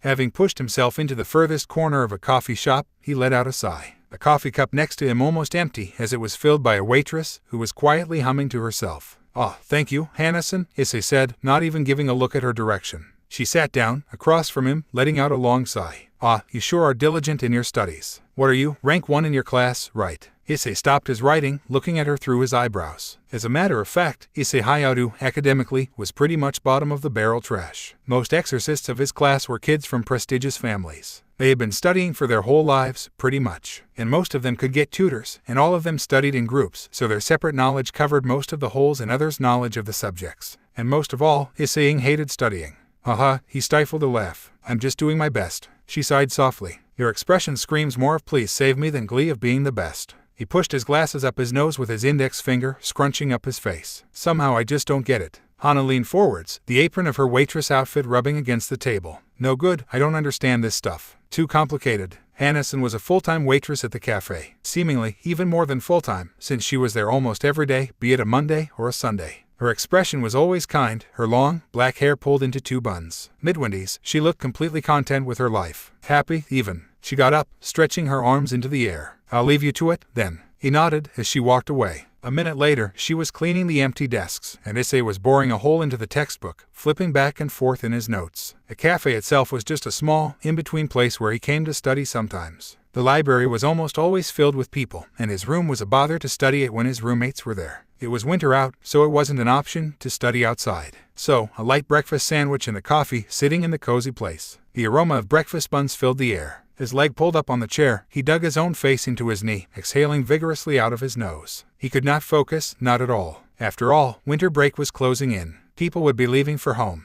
You there, boy with the expression of ultimate despair. Issei almost jumped out of his chair, hearing such a loud voice from behind. His thoughts jumbled up. Still pushing his head into his leg, he turned to look. Of course, it was no one else but Shinji. Should I be the one to save you? He asked, leaning forwards, one hand behind his back, the other touching his chin. Hana had turned to look and was laughing along. Even when fooling around, Shinji was handsome. Still wearing his school uniform, he brought his hand through his hair. I mean, if you can explain to me why exactly this expression derives into this, and not that, then yeah, be my Prince Charming. Issei scoffed. Sure, he said, sitting down. He had to explain it to Issei a few times before he managed to understand it. Shinji ordered a cup of coffee and a small piece of cake to go along with it, as if celebrating something. Anything good happen? Well, if you count the holidays and the fact that the upper management is not going to call me anymore. Those old dudes are scary as hell. Honestly, the second in command is more scary than the devil we slayed. He was the guy with the scar across the side of his face that reached his ear, right? Yeah, apparently he got it while slaying a high-class devil. Pretty hardcore stuff. Issei remained silent, looking to the side. To slay a high-class devil, he couldn't imagine it. To him, the idea of such a feat sounded like something out of fiction. So, my dear friend, are you going to visit your mother in these peaceful, holy holidays? Shinji asked him, showing him an unnatural smile. It's none of your business, is it? Issei scoffed, his eyes narrow like slits. I'm staying here. I have a lot of studying to do. Shinji remained silent, sighing lightly. So that's why he was acting so aloof, Issei thought. Don't take it so hard. I know my situation better than you. If you want what's better for my emotional well-being, you'd want me to stay here. Shinji inhaled, looking straight into Issei's eyes. But remember, it wasn't your fault that. Shut up. But, shut it, Issei growled. Sorry, I only want the best for you. I know, so shut it. Issei showed him a fake smile. Anyways, have you noticed that Ryo's hips have been becoming wider and wider in recent days? Issei croaked, before being able to take a breath, and then he laughed. But it was real laugh, he wasn't faking it. Shinji had a talent for being the clown, for making the awkward atmosphere into a sociable one. Maybe that was why he was always able to talk with Issei. Even though Issei thought Shinji to be his friend, Shinji thought of him more like a little brother who he wanted to help and protect. Maybe Issei simply had that kind weak and helpless aura about himself. They have, haven't they? I don't know where to look when sparring with her, Issei said, hiding his face behind his wrist. With a single eye he looked at Shinji. He had black hair with an undercut at the back. The few strands in the front fell to the side. His eyes were strikingly blue, as if able to see right through you. That, combined with his perfect jawline and straight nose, was probably why women loved him. Well, in his tall, muscular frame. He, in the same uniform that Issei wore, looked like a high school senior. Issei was envious, really. You're gonna go back home, right? Shinji nodded. Of course, need to see the parents. The Christmas dinner is a sacred thing in my family. He quieted down, apparently having decided that it was a sore subject for Issei. He was very emphatic, maybe even a little too soft, for a profession that killed. Shinji got his cake and coffee as Issei had returned to studying. It was a bit later when Shinji got up. I'm leaving. Good luck with the studying, kid. Before exiting, he left some money of the desk as he lingered next to him, placing his hand on his head and patting it for a few seconds before Issei tried to slap it off. With a small jump, he was already out of reach. He gave a small wave to Hannison and then was gone. Issei let out a small sigh while smiling. What an idiot. The days passed quickly. He trained, he studied, it was a life that repeated itself. Christmas and his birthday came and went. He didn't spend a single second celebrating the fact that he turned 14. Now the same age as Ryo on paper, but still felt like a child. After those days passed, the in-between Christmas and New Year came. Only those people who had no place to go, like him, or those who were just that devoted to their belief, remained in the church territory. Ryo left for home, too. Her expression was difficult to read. In training, she seemed on edge. Issei was wearing a black face mask to cover the bottom part of his face, as she had split his lip and left a scar on his chin. Maybe it was just that Issei was that bad at using a sword, that even holding back, she injured him. Or maybe she was becoming frustrated to teach someone like him. He couldn't tell, but it didn't seem like Ria was too sorry for it. She was too preoccupied with her thoughts. He understood that something was bothering her because something was bothering himself. He was out of it, too. It was a couple days after Christmas. He was on a bullet train, leaning against the window in his seat. The face mask covered the lower part of his face, the hood of his winter jacket covered the top part. It was still dark outside, he even thought it was morning.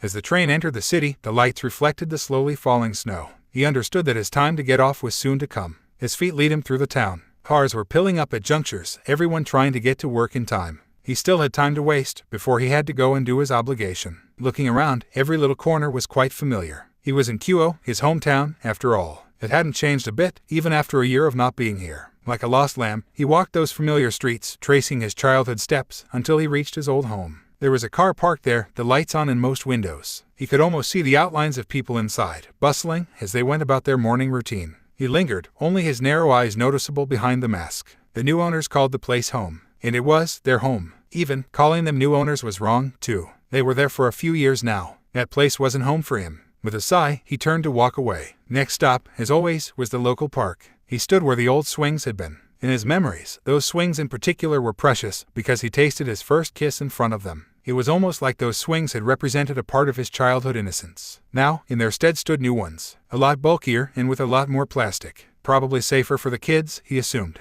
He sat down, but didn't try to swing in them. The park was still desolate. Snow was still falling, slowly. He tried to remember that sensation of Irina giving him that peck on his lips. He couldn't recall it. And then, he tried to recall Irina's voice. He couldn't. The color of her eyes, what was it? He could only remember the emotions her wide smiles gave him. Those pure, like the snow, emotions. He sat there until it felt like the snow had enveloped his frozen statue. His chest hurt, but he couldn't tell which pain it was. In a swift motion, he jumped up, the snow scattering. He glanced to the furthest end of the park. There, the giant cherry tree stood. No blossoms to be found, it looked dead. Only snow was compounding on the thickest branches. It was winter after all. He looked, but didn't go there, to their past meeting spot. Maybe Irina had cursed him, he thought. He had eaten a light breakfast, visited a bank, and was climbing out of a city bus. His feet felt numb, as if not there. Kuo Psychiatric Hospital, the large sign stated. Plain and simple, without any kind of hand-holding. Black on the white background. Entering, he walked past the front desk, without asking anything. He was too familiar with the place. However, the woman there tried to stop him.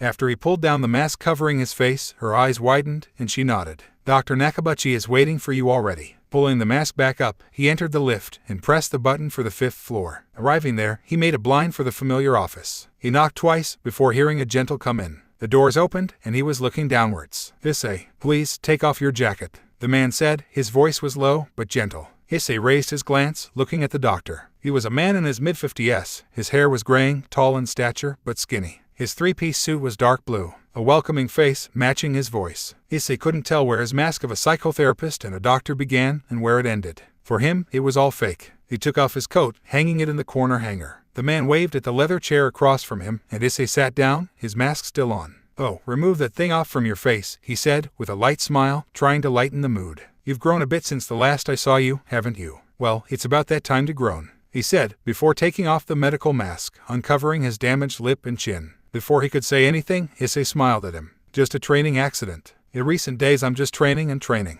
The doctor paused for a second, before nodding. "I understand. Before we get down to business, I wanted to ask you about your life and your emotions, but you won't tell me, huh?" Issei let out a chuckle. "Well, I'm at my teenage rebellion stage after all. At least tell me this, are you seeing a psychiatrist at least?" Issei assumed that lying would be useless. "No, I can't quite find the time for it. May we get to the business part now?" The man showed him a bitter smile at that purposeful dodging of his questions. But he couldn't do anything about it. After all, Issei Hayato was not his patient. His patient was Issei's Hayato's mother. Issei had, of course, lied to Shinji about not going to visit his mother. "Well, unfortunately we are stuck. Fortunately, the place where we are stuck, it isn't horrible. The random outbursts of psychosis have lessened considerably. How much of that could be chalked up to me not being around?" "Are you sure you arrow at 13-14?" he asked, closing one eye. "You are too pessimistic for your age. Though, not that I blame you." Issei smiled bitterly. "I'll be real honest with you. In my professional opinion, it's most likely you not being around in time. You are the main trigger for her, after all," the man stated, bluntly. "However, as a parent, I'd like to apologize to you for such cruel words." "Don't," Issei answered. "Other than that, your mother is quite healthy. She exercises, socializes with other patients, reads books. Certain topics are a no-go zone. Of course, however, that delusion is as strong as ever." Dr. Nakabuchi leaned back in his chair, looking at the ceiling.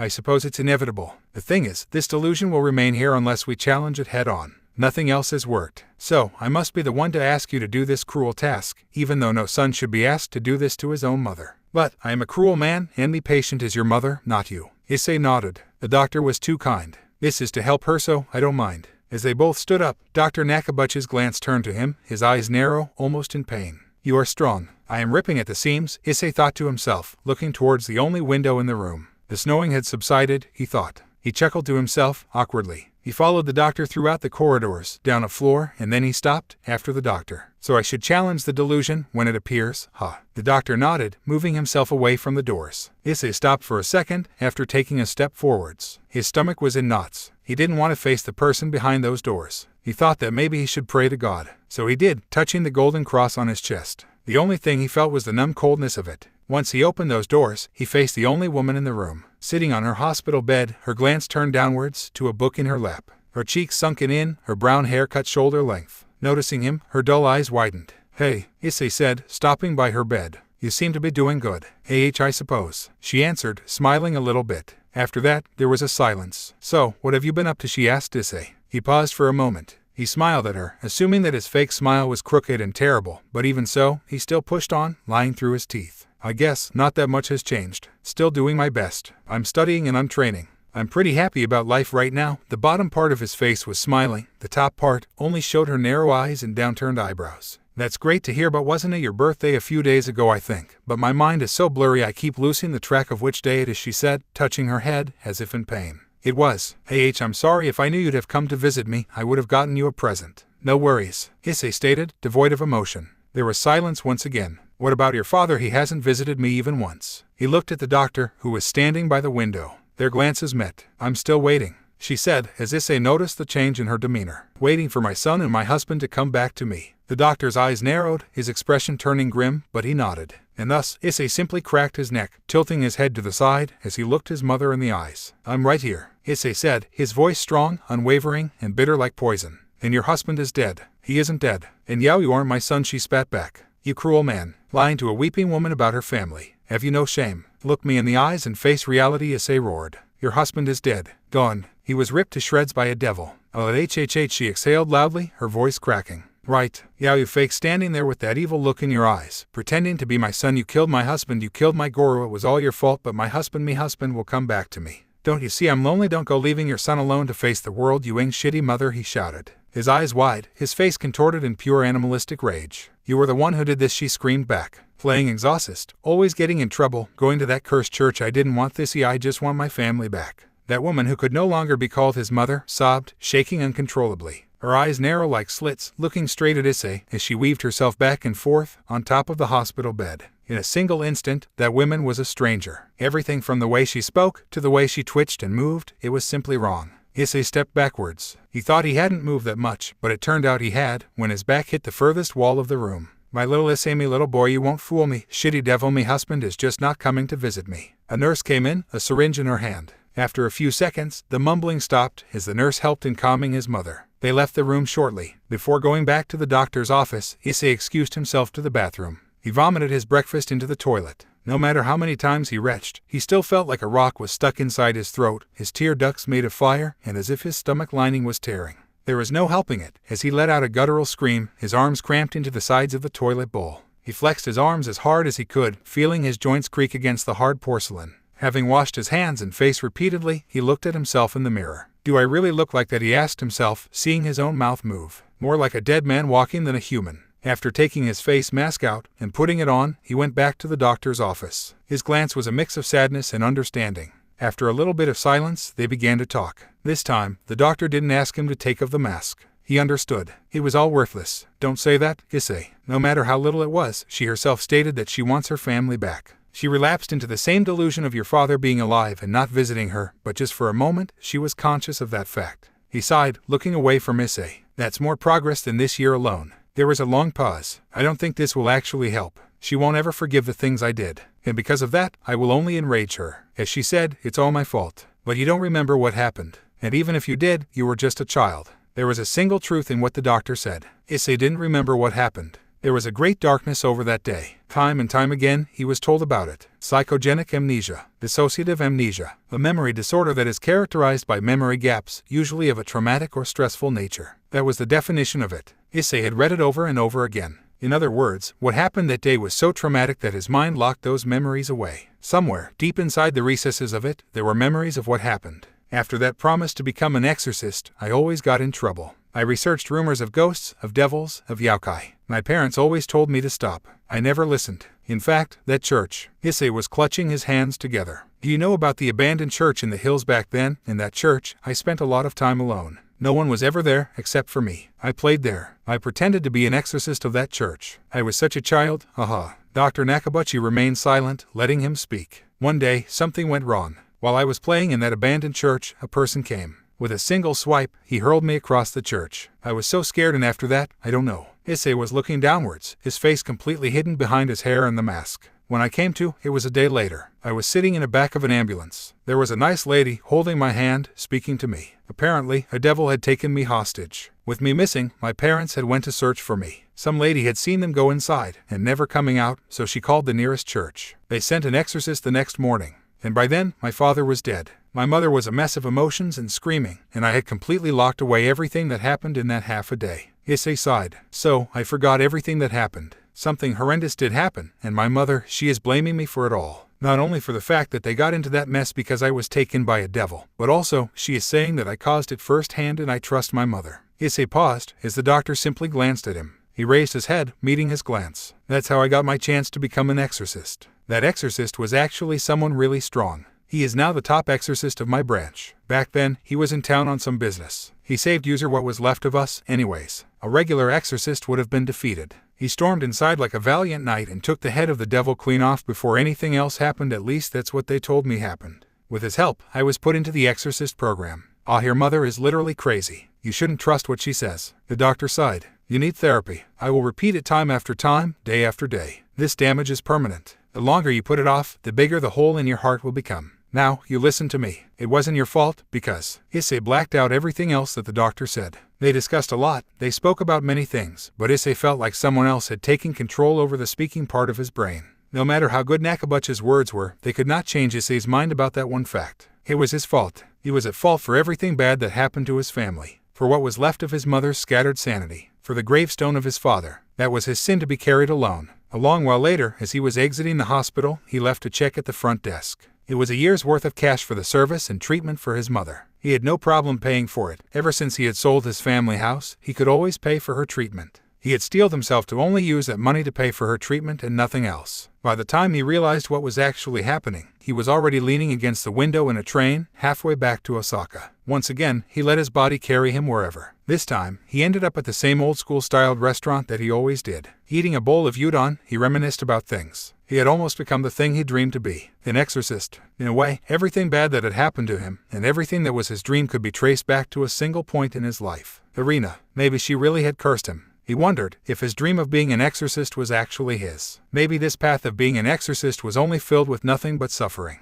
Or perhaps this was his punishment for his arrogance. He wondered if his mother, a grown woman, had went insane from what had happened. Then maybe he would be in a straitjacket, inside a white padded cell right now, if not for his brain locking away the memories of that day. Or maybe he was insane. Either way, he knew that he wasn't normal. His mind was taken back to reality by the fact that some people had sat next to him. People who were not his friends. He looked at their arrogant gazes, realizing that these were the goons of Nakamura. He didn't even know their names. Hey, boy. Such a nice thing to meet you, friend. The kid was probably his own age, yet he called him a boy. Since you are here, would you be so kind as to pay for our lunch? We are awfully hungry. The other two boys laughed. This is the time of giving, after all. Issei pulled up his face mask, standing up. Let's go outside. They were taken aback, as silence filled the sparsely filled restaurant. But they followed Issei as he exited the building. He turned the corner, going into an alley. It was moist and dark. The concrete was cold, but barely any snow had reaching the in-between space. Issei stood with his back turned to them. So what is this, you? That boy went staggering back, hitting the back of his head against a garbage bin, before collapsing.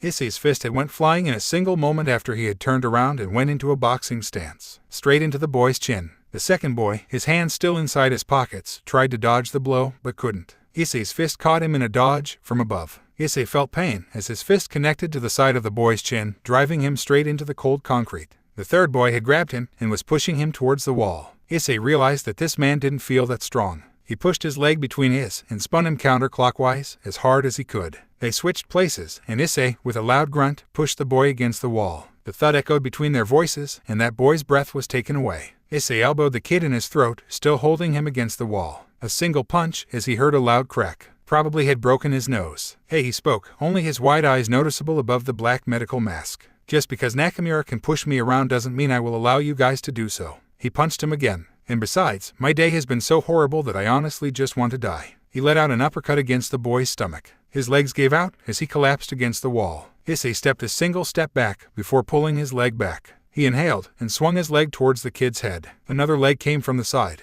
A rather slender leg, wrapped in black leggings, one that was half hidden under an ankle-length pleated school skirt. Her boot kicked his leg, changing the course of his leg. Instead of kicking the boy's head, it hit the wall aside it. It was Ryo. He didn't know when she got so close. Her almost soulless black eyes, narrow looking into his. You want to kill him, you idiot, she asked, her voice quiet and gentle. Only then did he snap out of it.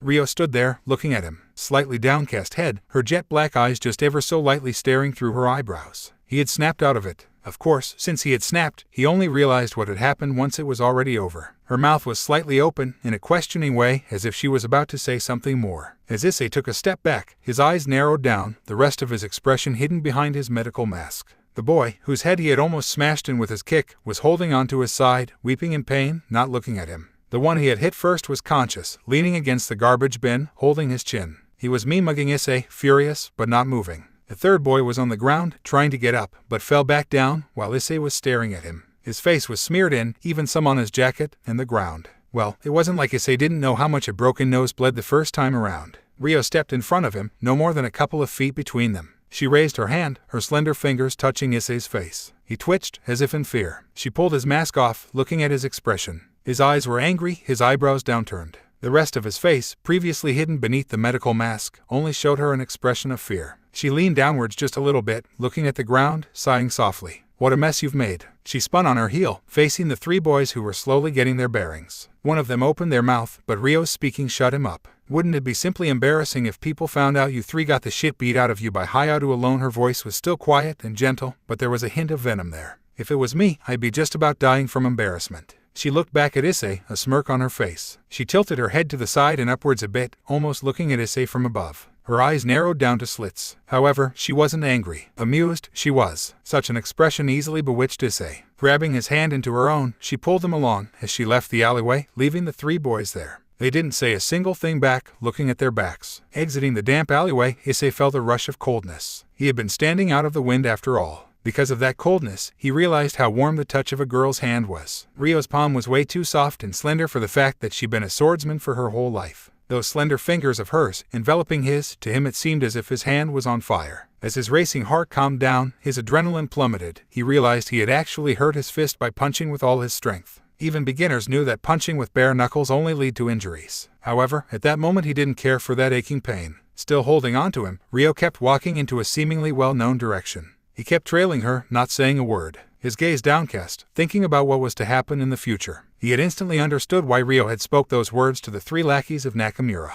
Bullies like them would never go ahead and tell on him to the instructors. Their pride was too high for that. Though, he knew that a talk with Nakamura would soon follow. It didn't take a very long time before Issei almost ran into her slender back. She had stopped in front of an apartment building. Pretty high-end, from the looks of it. As she turned to face him, she raised the hand that was linked with Issei. Tilting her head to the side, they both stood with extended arms. Her fingers interloped with his, changing the grasp. Issei didn't say a word, standing in the middle of the street, frozen. People looked back at them as they walked past. His palm felt unbearably hot now, under that grasp. Today only, a 1 in a million chance that I offer only to you, she spoke, her voice sugar-sweet. Want me to pamper you? Issei let out a small laugh. I want you to love me, he thought. Please do, so he said. Inside of her apartment, as it turned out, was pretty barren. Not much to look at, though the room itself was expensive looking. What it was missing was a personal touch. Something that proved that a person with a personality actually lived there, but Issei wasn't very surprised by that lack of it. At that moment, it simply looked like something out of a furniture magazine. It fits you, Issei spoke, quietly. So an apartment that looks like from a design magazine, and without a single feminine touch. Fits me, Ryo exhaled, exaggerating. Should I revoke my offer? I'm sorry, Issei answered. Give me a sword, I'll gut myself in repentance for spoiling this moment. Well, actually that misunderstanding isn't rare at all. Seppuku is done in a ceremonial way, usually with a tanto. You don't use a katana for that. Or so, I would then have to take off your head after you're done, which would be a bother," she said, having taken off her outside clothes. Her eyes met Issei's as she smiled. Under her dark coat, only a single white cardigan remained. The collar line was wide, showing off her perfectly symmetrical collarbones. Issei looked at them for a second, before turning his glance away. A white cardigan, dark blue, long pleated skirt. Nothing more, and yet, she was mesmerizing. "Beautiful. Are you going to stand there?" she asked, her expression serious, sitting down on a dark couch. "Come over here." Without a word, he sat down on the couch next to her. There was silence for a little while, before she touched his head gently and pulled him downwards. His head fell into her lap. He felt her warm, gentle fingers play with his hair. There, she spoke, her words almost unheard. Issei looked at her from below as she exhaled gently. "Life's been rough lately, huh?" The fabric of her skirt was soft, and so were her thighs. He trembled at the affection. He couldn't recall the last time he had felt such gentle touch. Not even that, he couldn't remember the last time he felt touch in of itself. The only touch he experienced in the past years was pain. And Rio, who had always given Issei pain, be it from her fists or her wooden sword when they trained and pampered him with such heavenly grasp. Issei closed his eyes. If there were heaven, this was probably as close as it could get to it on earth. He in recent months often think about this path I've chosen, Issei spoke, his eyes closed. He only felt the gentle rustling of his hair as Rio played with it. As if floodgates had been opened, the words simply flowed out of Issei's mouth. "I do not think that I am cut out for being an exorcist and not in the way of strength. I am indecisive, and I doubt myself. I have no talent for combat, nor book smarts. I am absolutely as average gets. I don't dislike that part about you," Rio spoke, her gentle voice lulling Issei. "You are small, but you have a lot of heart. You do your best, but you're always looking somewhere else. I often wonder, what are you thinking about?" There was a silence. Issei moaned slightly as Rio drove her finger behind his ear. She laughed, the tension breaking completely. After that small pause, Rio continued to speak. "The thing is, if you believe that you are not cut out for being an exorcist, then so it shall be. However, if you believe your sword will be the sword that cuts off the head of the serpent, then so shall it be." Issei opened his eyes, looking at Rio's face from below. Her cat-like, black eyes looked at him, half closed.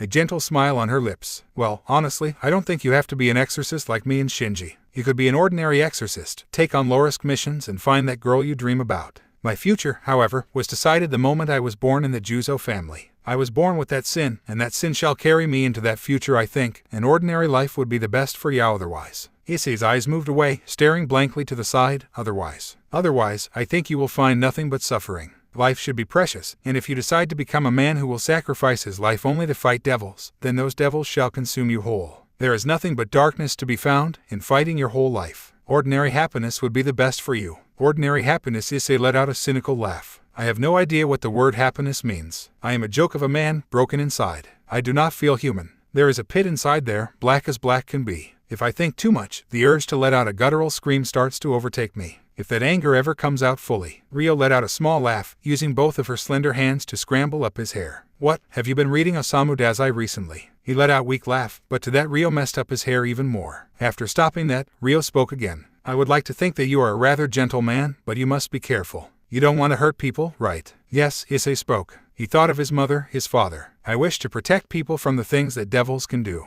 Those unspeakable acts of cruelty. Then be careful not to lose yourself to anger. Like today." I think Rio paused, looking down at Issei. Their glances met, and from Issei's point of view, it looked as if Rio's whole eyes were black, even her sclere. "I think that you would be a very competent at taking lives from people." On Issei's face, there was an unmistakable expression of surprise. His wide eyes stared at Rio. Her glance remained the same, her expression turning slightly bitter. "Honestly, I have a feeling you could easily be talented at killing people. You don't hesitate, but well." She went silent, still playing with Issei's hair, gentle. "Your eyes are why I think so," she said, her eyes meeting Issei's own. "My family's one of samurai, as you know. The art of killing doesn't extend it only to devils. There are many killers of people I've met, and those people have eyes of despair. Eyes like yours. A heart that doesn't believe in anything good in this world. Eyes that can only see the bad parts of life. A mind that has given up on any hope in this world." What was that saying again? Eyes are the reflection of the soul. Issei let out a small chuckle at himself, his eyes narrowing down to their usual scowl. An angry smile. "I guess my stare only shows my past wounds, hiding your face from the world, so it can't see that expression of despair," Rio spoke, looking into the ceiling.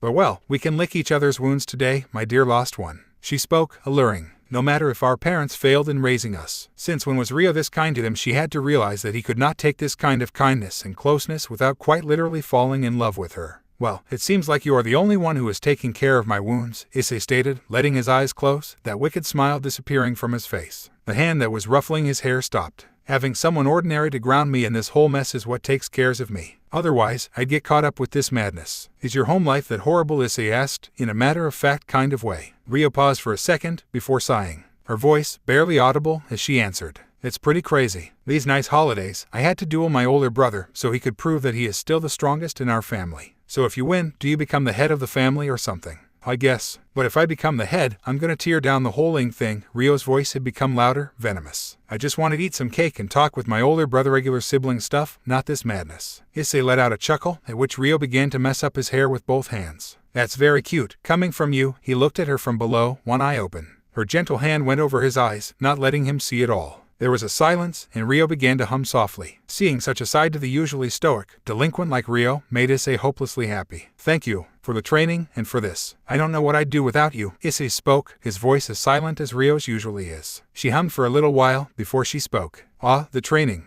I just like to think that it's kind of funny. Did you know that the Juzo family school of the sword is considered to be very powerful? It's very sought after among sword users, and there are only a few people who know it at the moment. Right now, only the descendants of the Juzo family. It's a guarded secret. Ryo's arm wasn't covering his eyes anymore. He looked up at her. Adorned on her beautiful face was a scornful smirk. And then there's you. In an unknown corner of this world, a regular boy of no lineage is learning to use the sword from the ground up, using the great school of Juzo. She let out a small chuckle. It's a spit in the face of my parents. Won't you get in trouble if this gets out? I don't care much about it. Besides, you don't plan to go around the world proclaiming your sword skills, right? Then it's fine. Issei sighed. Well, if the Juzo family comes and hunts me down, then I'm gonna haunt you from the afterlife. Fair enough, Ryo answered, smiling. So is this why you keep sabotaging yourself? Issei asked her, after a small pause. As a middle finger to your family. Ryo looked taken aback. Perhaps she hadn't thought that Issei had noticed her acting out of control so she wouldn't become an exorcist sooner. Peek. Yeah, she answered, her face lighting up.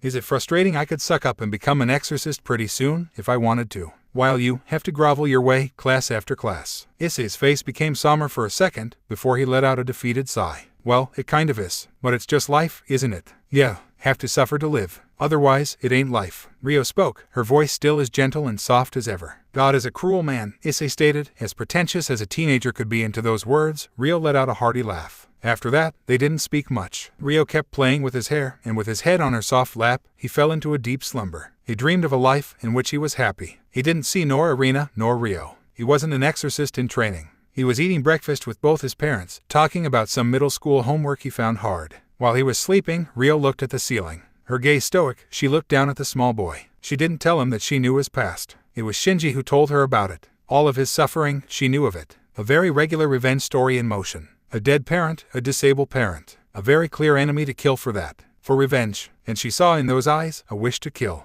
And today's outburst had pretty much sealed that fate. She sighed, looking down at him. There was a single tear running down his face, even in his sleep. Her slender finger moved downwards, wiping it lightly across his cheek. I wonder what kind of a person will you become, dear lost one. Her slender fingers pulled Issei's fringe back, as she looked at his innocent, sleeping face. His eyelid was still damp. Will you glow like the halo of the sun? She let his hair fall back, almost covering his eyes. Or will you destroy this wretched world with your own hands? Her gentle voice went unheard in that room. Leaning slightly on the huge, bolstered hand rest of the couch, she too fell into a light sleep. Months passed. Nothing much had changed between him, Ryo or Shinji, for that matter. They still trained. Issei began to work out more, training his muscle rather than endurance. He had hit a small growth spurt, and with that, his muscle grew easily. Even though he wished to stand across from Ryo and look down on her, she had grown taller too, so he couldn't do that. As she was about to turn 15, she now looked like a woman. Wearing long skirts couldn't hide her waistline and that toned body of hers. Of course, as she was known as an ice queen, and a bit crazy at that, she wasn't particularly popular. Aside from them two, well, three if you included the friendly waitress Hannison, Issei didn't have any friends. He went on as a ghost in class. Shinji, as if compensating for Issei's and Ryo's lack of popularity,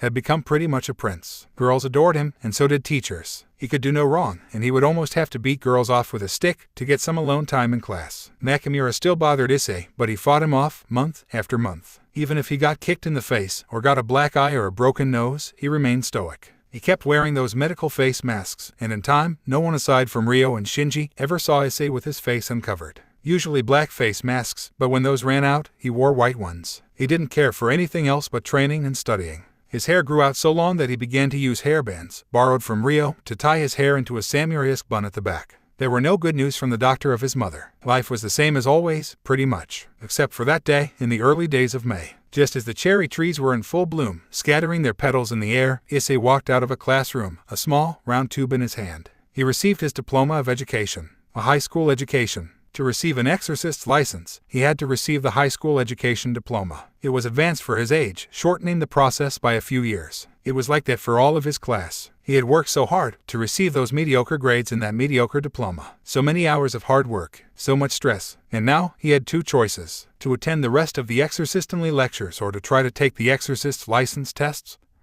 and graduate early. Well, there was a third option: to get chosen and simply promoted to an exorcist for showing talent, which he didn't have. He turned back, looking at the classroom where he had studied, noticing his fellow students laughing, drawing something on the classroom chalkboard. All of them happy, laughing. Nakamura was sitting on the windowsill, noticing him. Issei's face, except for his narrow eyes, were hidden behind his face mask. Nakamura's eyes trailed downwards, noticing the diploma in his hand. He scoffed softly, looking back to his friends, laughing at some joke. Both boys decided to ignore each other. Issei walked past the classroom, down the stairs, and exited the building. There, on the railing by the outside stairs, Shinji was leaning against them. Noticing the small thing in Issei's hands, on his face, there appeared a pleasant smile. "Congrats, Issei Hayato, the high school educated," he said, and clapped 3 times. Then he showed Issei a thumbs up, winking with a single eye, like some manga character. "That's the worst title I've ever heard." Issei let out a small sigh, titling his head to side, one eye closed. Shinji laughed, as they began to walk together. "So, how do you feel now, like a new man, right? A true turning point in life?" "I don't feel a thing," Issei spat out, like a delinquent. Shinji sighed.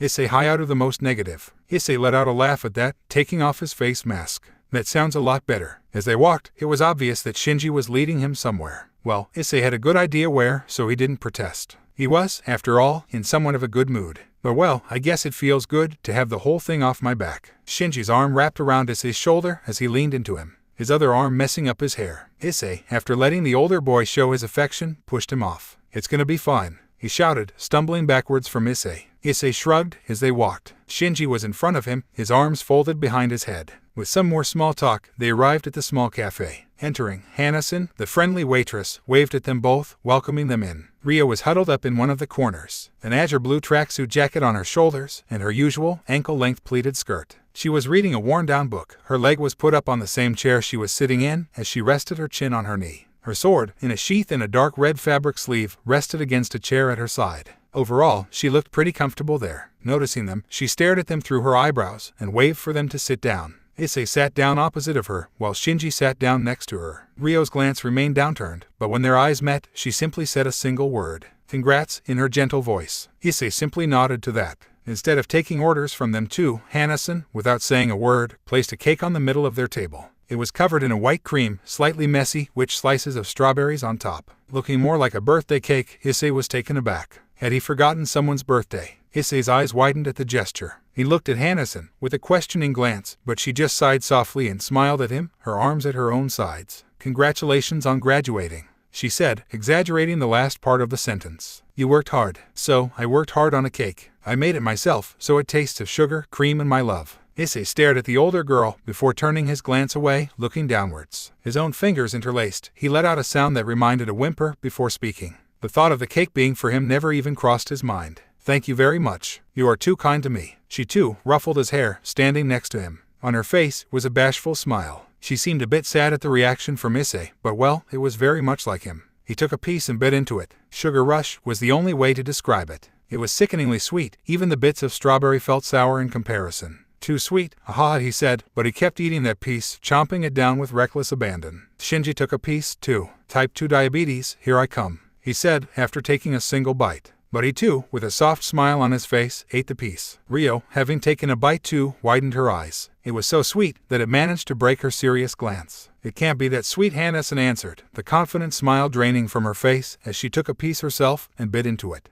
Her eyes went wide, and then she let out a small scream that scared the trio. "I probably put in sugar 2 times, she sighed, deeply. "I'm sorry. I did my best, though." Issei took another piece and ate with a smile on his face. "Don't be. It's perfect the way it is. Your love is seriously strong." Seeing the display of his emotions and him joking on his own, she let out a laugh of her own. Then, after having taken some glasses from the back, she sat down next to Issei. And then, she placed the sake on the table. All of them, excluding Hannes and herself, were minors, underage. But Issei and Shinji poured for themselves without saying a word. It wasn't the first time both of the boys drank alcohol. Issei assumed that the fact that Hannes didn't say a word was because of Shinji's machinations behind the scenes. He, after all, was the boy who loved to drink. It's a slow day anyways. I worked too hard for this little shack, and I can take it easy for a day. I deserve it. She ruffled her own feathers as she downed the small glass of sake. Issei let out a laugh and clinked the glass with Shinji as he poured it down his throat. It tasted less bitter than he expected. The aroma was sweet to his nose. But well, after the pure sugar of Hannes' cake, everything would taste bitter. Ryo didn't drink the sake, to which none of them were surprised. Warriors don't drink, Issei guessed. Or maybe it was because she was underage. He, being underaged, didn't care at all. They clinked together another round of sake as they talked. Nothing but small talk. Most of it was Shinji, who was the natural talker of them. When his topics ran out, Issei brought up the Exorcist tests as they discussed them. In the end, it all came down to this. It was split into a few different parts, one of them being the written tests, which was all theoretic and pretty much just memory-based. Another was the practical tests, showing aptitude for exorcism in general, and the third was the physical test. One in which you had to spar with your instructors, and the guidelines for passing that one were very controversial. Some people were failed in a minute, some were beaten up for 10 and still passed. I'll make them wet themselves. When the time comes, Ryo spoke, very matter of fact, her eyes narrowing down menacingly. Issei laughed. I have no doubt at all that you will manage to do that. They probably will make you skip it, you know. Shinji spoke, downing another round of sake. To that, Issei did too. He wanted to keep up, even in drinking.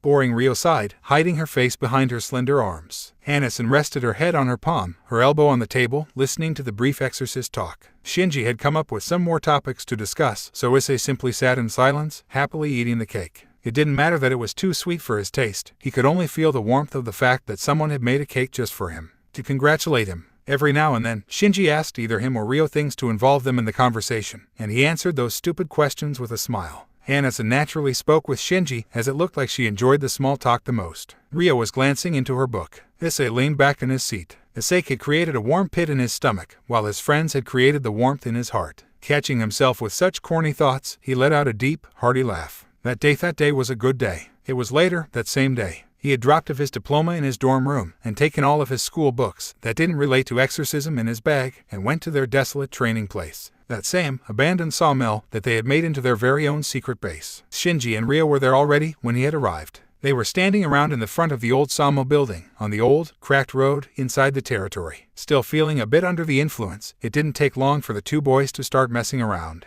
In one hand, Issei held a small knife. In his other, he had a school book. He threw it towards Ryo, who in a swift motion, drew her sword and cut it in half. Hardcover and all, pages scattered into air, twirling around Ryo's frozen statue. Her eyes narrow as she turned her gaze towards Issei. You're so cool, sis, Shinji shouted, his face still red, blushed from the alcohol. She sheathed her sword and went over to Issei. Her slender arm grabbed a book out of his bag, and as she planted her foot into the ground, she flung it at Shinji. The drunkard swiftly stepped forwards and punched the book towards Issei, who exhaled and flung his knife at it. It met the book halfway into its flight, stabbing straight into its center and straight up stopping its flight. It bounced back, skidding across the ground and stopping at Shinji's feet. That's a little bit more than impressive, Shinji stated as his wide eyes went up from his feet towards Issei, who simply shrugged. It's my only talent in this whole wide world. I should have became a traveling circus worker, keek. They throw knives, right? Issei laughed at himself, dejectedly. Issei took out more knives from his backpack, and began to throw those 3 around himself, catching them at random. Sharp, real knives, but he juggled them as if playthings. He balanced one of them on top of his finger and then, with a flick of his finger, threw it in the air and caught it behind his back. Simply playing around.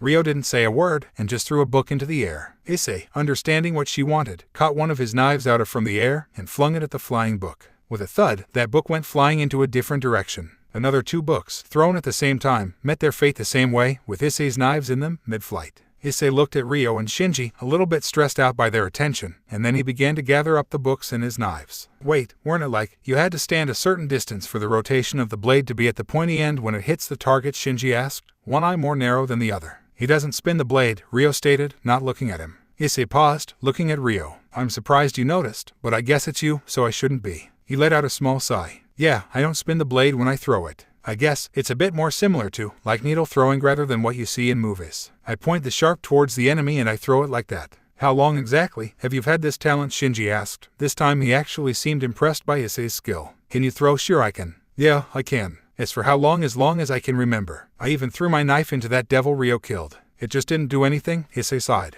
I have always been able to throw things accurately. Most things. I saw the whole knife throwing in some Western movie, so I tried it out in my house with my mother's kitchen knives. Even if they are balanced wrong, I have pretty much no problems with throwing them. There was some more silence to that. To break it, Issei continued to talk. From there, I practiced a lot, throwing and playing with whatever knives I could find. You wouldn't believe how badly balanced most knives are. The Exorcist ones are fine, I guess, but could be better. For optimal throwing, you would actually need to make the handle smaller than it's useful for actually, using it for cutting. Kind of like kunai, then Ryo asked, her head tilted to the side. Issei let out a small chuckle. Yeah, like kunai. Of course you would go straight for kunai, you samurai girl, Shinji said, a smirk on his face. Ryo looked at Issei, her eyes narrowing down. Hey, skewer that asshole with your throwing skill, please. Issei rubbed the back of his neck, letting out a small, nervous laugh. I mean, theoretically I could throw your sword into him. Sis, you're really scary when you're angry, Shinji spoke back to Ryo. By now, he was sitting on the floor, taking a sip out of the oddly labelless glass bottle.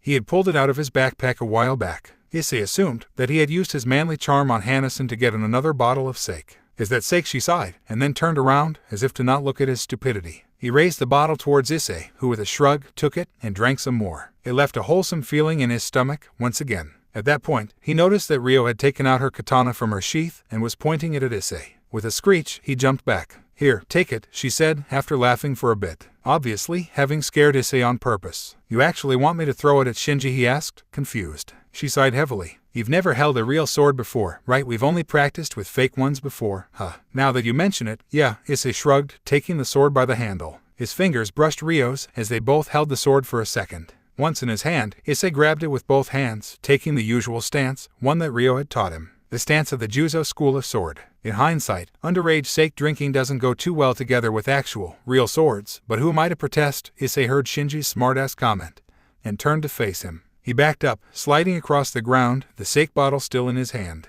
You look super cool, bro. Issei laughed, breaking the Juzo school stance. He looked at the sword, moving it around, feeling its weight. It felt just right in his hands. This sword is probably like legendary or something, right? Ryo's eyes widened, those almost soulless orbs staring into him. How do you know? It feels really good in my hands. Like, the weight distribution and the materials. Not too heavy, not too light. The handle feels so just can't describe it. It's made in the late 16th century, crafted for a general, and then when it was taken from said general by a Juzo family member in a duel, it became a family heirloom. That's pretty badass, honestly, Issei responded to that, before taking stance once again, and going through the motions of swinging. It felt effortless. The tens of thousands of swings he did with a wooden sword showed in his movement. He moved across the empty ground, swinging into the air as if dancing. He lowered the sword, turning to Ryo, but instead, he on instinct swung it from below, in an arc. The book that Ryo had thrown cut apart in an instant, like butter, without resistance. The pages scattered in the air as Issei remained motionless, similar to how Ryo looked before. Not bad.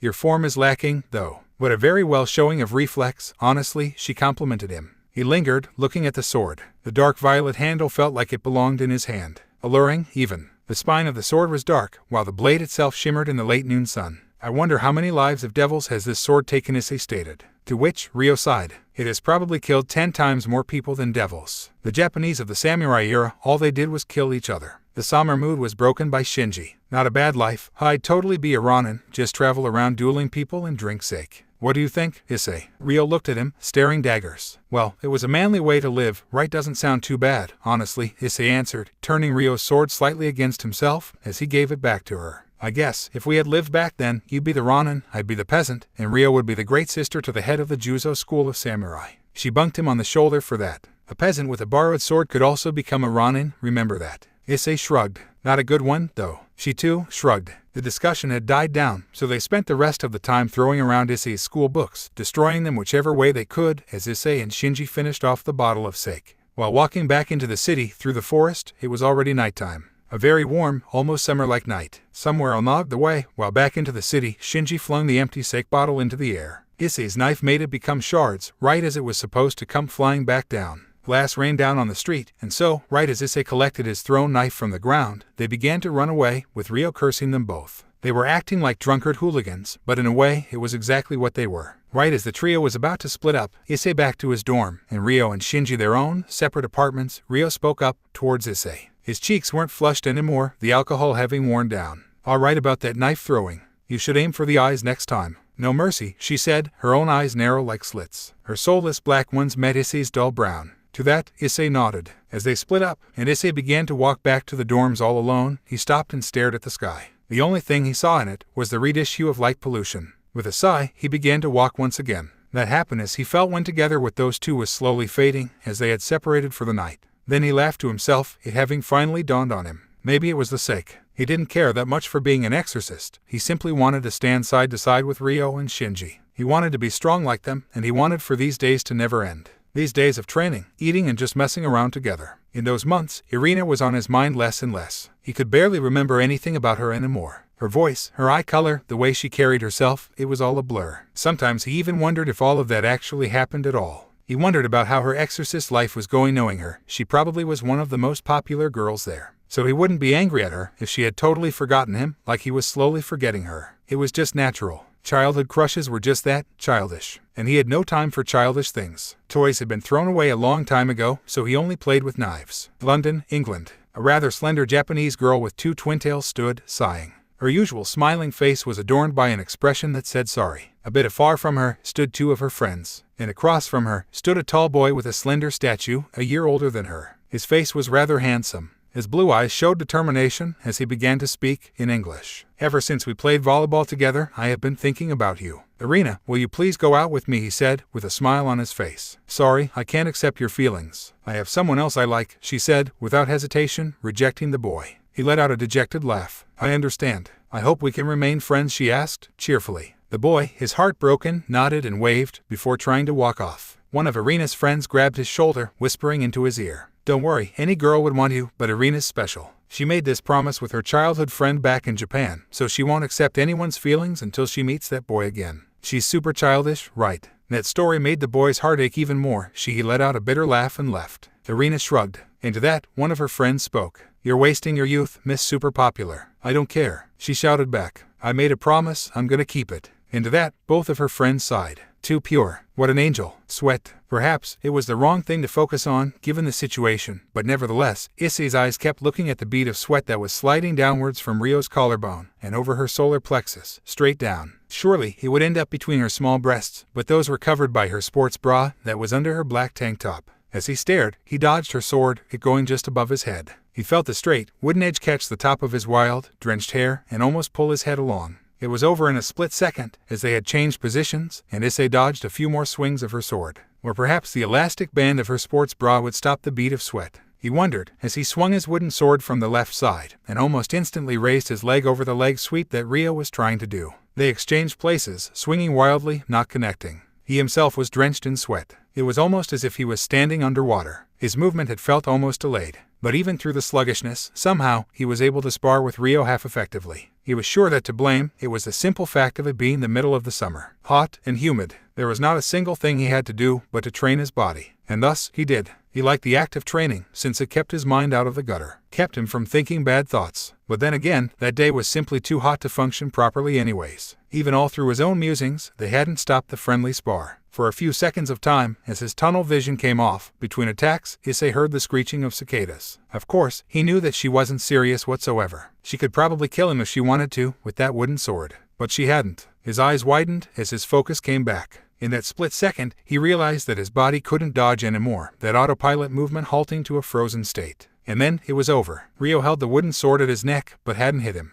I'm done, she spat, as she turned around and flung the wooden sword to the side. Then she picked up a bottle of water from the ground and poured it all over herself. Issei stared at her for a few seconds as she tousled her own hair and began to drink. A few seconds later he decided to stop being a lecher and collapsed on the hot asphalt under his feet. Spreading his limbs like a starfish, he looked at the sky. Small white clouds rolled over the azure sky. When the sun wasn't cooking them alive, the humidity was drowning them. Even in the shadows of the trees, there were no escape. The humming of cicadas were so ever-present that his mind didn't even register their sound anymore. A few minutes later, Ryo had went over to him, looking downwards, the bottle of water still in her hand. Her foot, a bit too close to his face, as she smirked. From that distance, he could see beads of sweat roll down her bare legs. Only a few seconds, until Issei realized what she was about to do. He let out a lowly sigh before she poured the contents of her water bottle over his face. He opened his mouth like dried fish, half drinking, half drowning in the water. She chuckled, a mischievous smile adorned her face. Overall, it was pleasant. Thanks, he said. She snickered, sitting down on the grass nearby and began to stretch. Leaning from side to side, she spoke. You're awfully slow, today especially. It's been like this for a while, you know. It's hot. Issei waved his hand, barely raising it from the ground.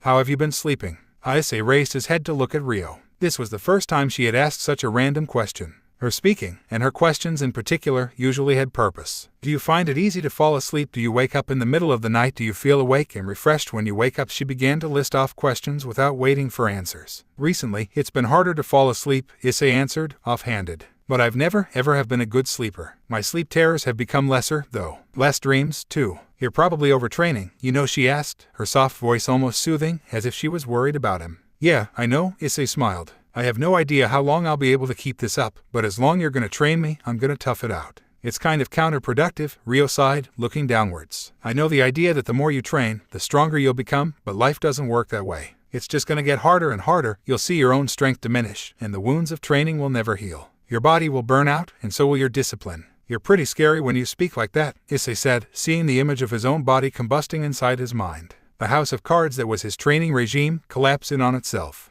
And did you? Issei asked, raising his chest up and looking Ryo in the eyes. Her bangs were sticking to her forehead. No, I began lying about my insomnia, she said, tilting her head to the side. Issei smiled at her. Miss Ryo, I sleep like a baby. She exhaled through her nose, almost cracking a smile. Good to hear. Then we will continue this training till the end of summer. When September comes, we'll take a little break. They both glanced at each other as Issei cracked a little smile, nodding. Sounds good. What about today? I think we still have grappling left. You stink like a wet dog, she laughed. I know you want my legs around your neck, but in this heat, it ain't happening. Issei dropped on his back, his face a little bit redder from Ryo's teasing. The straight-up dissonance between her soft voice and her teasing made for a uniquely cute experience. When is Shinji getting back? Anyways, Issei asked, after a little while of silence. Want his legs around your neck? Huh. If you won't use yours, then what choice do I have? Issei shot back. Fair enough, she nodded. In a week or so. Not everyone can play hooky like we do all summer, huh? Of course, Ryo wasn't going back home in the summer vacation because she didn't want to. As she said, if her brother isn't there, then it's not worth it. Issei himself didn't go back because he had nowhere to go back to. Only Shinji went back on his own accord. Your brother is busy then, huh? Issei spoke, trying to keep the conversation rolling. Ryo glanced at him, her glance as cold as always. Yeah, he said there's some really big shit going down behind the scenes, but everyone is trying to be very hush-hush with it. Ryo looked around and then scooped closer to him. Both of them sat on the ground, legs crossed, looking at each other. She leaned in closer, and so did Issei in response. Glancing into those pitch-black eyes, it would have been far too easy to get lost in them. Apparently, there might be some traitors inside my brother's Exorcist branch. People who are working with some devil groups, Ryo spoke, her voice almost silent. Some important people. Right now, they are trying to sniff out those moles. Don't speak about this to anyone, though. Of course, Issei nodded. I mean, it wouldn't be that hard to pull it off, right? Ryo tilted her head to the side.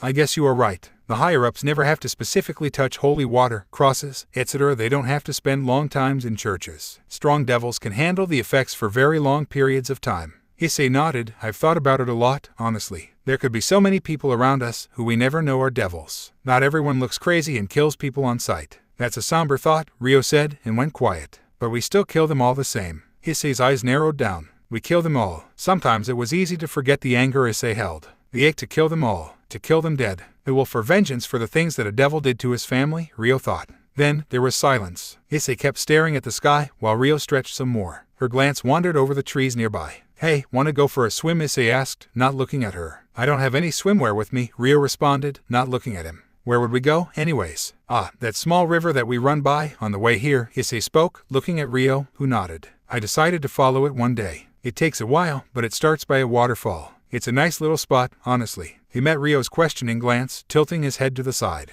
I didn't take you for a forest explorer, that's all, Ryo answered his unspoken question. Honestly, I've come to like the solitude of forests. It's kind of comforting, Issei spoke, clenching his scarred arm. Ryo's glance followed Issei's motion. The scars had healed, of course, but it still looked like a dog had almost bitten his arm off. Such a scar would remain with him forever. A scar to remind him of his first hunt. Sounds nice, Ryo answered, with a tiresome exhale, looking away from him. They listened to the cicadas sing for a while. Wanna head back and grab something to eat? Ryo nodded, jumping up to her feet, while Issei groaned like an old man, getting himself up from the ground. He was glad they weren't running back, since his whole body felt like mush. After getting some food, they split up for an hour or so, and then when they met back up, Ryo was wearing something different than usual. It was a white sundress. It still reached to almost her ankles, but it was white. Not black, like most of what she wore. She stared at him sheepishly with her cat-like eyes. Issei dodged her glance, but noticed her striking black fingernails against the white of her dress. It's cute, Issei spoke, unabashed. Thanks, Rio answered, equally bold, as she pulled the strap of her bag further up her shoulder. Issei was wearing the same training shorts, but a different t-shirt.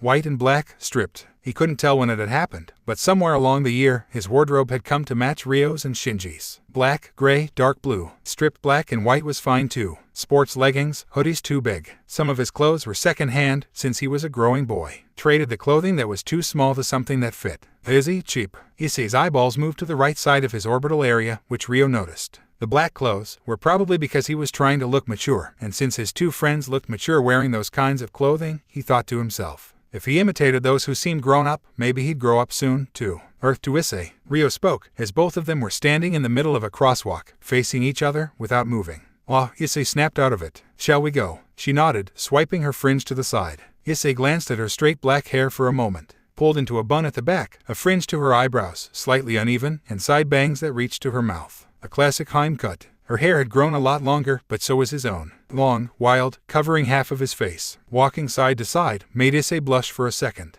Perhaps other people would think that they are on a date. But if two people of the opposite decide to go somewhere, alone, wouldn't that just be a date, or perhaps it should have been stated as such was the intent, the defining fact of what it meant to be on a date or not? He didn't know. He hadn't been on date, at least, not a real one. He lacked the experience to tell. Whatever this was, it was close enough for him. Going into the forest, Issei noticed that Rio was still wearing her sneakers. They clashed hard against the white sundress, but that kind of unwillingness to compromise was exactly like Rio. He'd sooner see pigs fly than see Rio in sandals or flip-flops. Sneakers let her move easily. It was about an hour later that Rio spoke, in a tone that wasn't particularly emotional, but it seemed to side on the negative. This isn't pretty close to our training spot. Issei looked back at her as he had taken the lead. The tall trees surrounded them as they stood on the small path that had been created by years of Natsufan travelers. You scared? He asked, and spun around to continue walking. Rio rolled her eyes at Issei's cheeky question. Looking into the sky, she sheepishly answered, "How far is it, you big bad wolf?" "I already hear the rushing water, it's close," Issei answered, spinning around.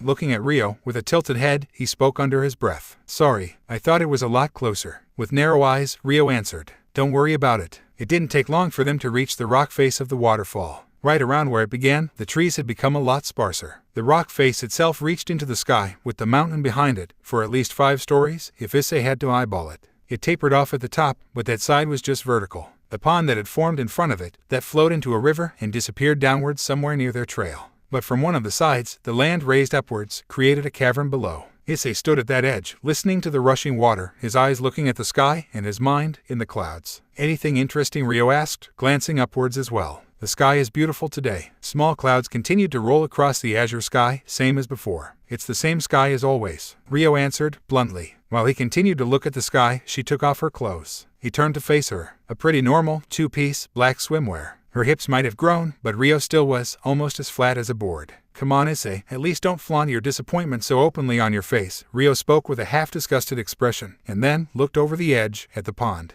"Good 5 feet or so to jump, I'd say." He took off his t-shirt, opting to swim in his shorts. "You're not much to look at either," Rio snickered, as an answer to his previous oogling. Giving her a small nod of defeat, they both glanced into the dark bluish-green water below. Before she could ask about the state of the water, Issei jumped past her, head first. He disappeared into the water for a few seconds, before emerging. Still alive, and without a broken neck. He turned to float on his back, and looked at her, smug. "Such an easygoing guy, eh?" She sighed with a small smile, and jumped after him. The water was just right. Not cold, and not warm enough to not be refreshing. Leisurely swimming around, in the middle of the summer, with a cute girl, what more could a boy Issei's age ask for? So he enjoyed it, floating below the water, holding his breath, looking at the sun from below the water. It was clear enough to simply give the world a greenish-blue tint. Rio slowly swam above him, not fully submerged, so he swam up and touched her toned stomach with a single finger, and then she almost drowned him. After that, he stood directly under the waterfall and tried to meditate. Rio's smug chuckle took him out of it, so that tactic didn't help him become stronger. The water was too warm, anyways. It was just your regular teenager stuff. That day was almost too normal for what they were. Issei laid in the grass, arms behind his head, staring at the passing clouds. His whole body in the sun, he was cooking alive. So more swimming was needed, he had decided. He turned around and noticed Rio. In the shade, she had fallen asleep. That cold, prideful expression she always kept, always staring through her eyebrows, was gone. Her long lashes rested against each other on a gentle, neutral expression. Her lips slightly parted. Such a vulnerable expression on Rio, of all people, it almost made him look away. A forbidden fruit, of sorts. This felt like something he had no right to see. But if the forever on guard Rio had fallen asleep, that meant that she trusted him, he hoped. He leaned his head back, looking at the sky for a few seconds, before returning his glance back to Rio. Legs and arms spread in what appeared to be a very comfortable position as she laid on her back. She had put on her white sundress, which had wet spots around where her swimsuit was. Her slender arms and legs were rather pale. As such, she probably didn't tan well, he thought. He turned away. For her strength, she didn't look very muscular nor strong. After all, Rio was a 15-year-old girl. She was skilled, and she trained very hard, and it seemed as if she never felt hardship or ever got tired. But obviously, she was just as human as he was. She could overwork herself. She wanted to rest, too. Such a thing was easily forgotten in the world that they lived in.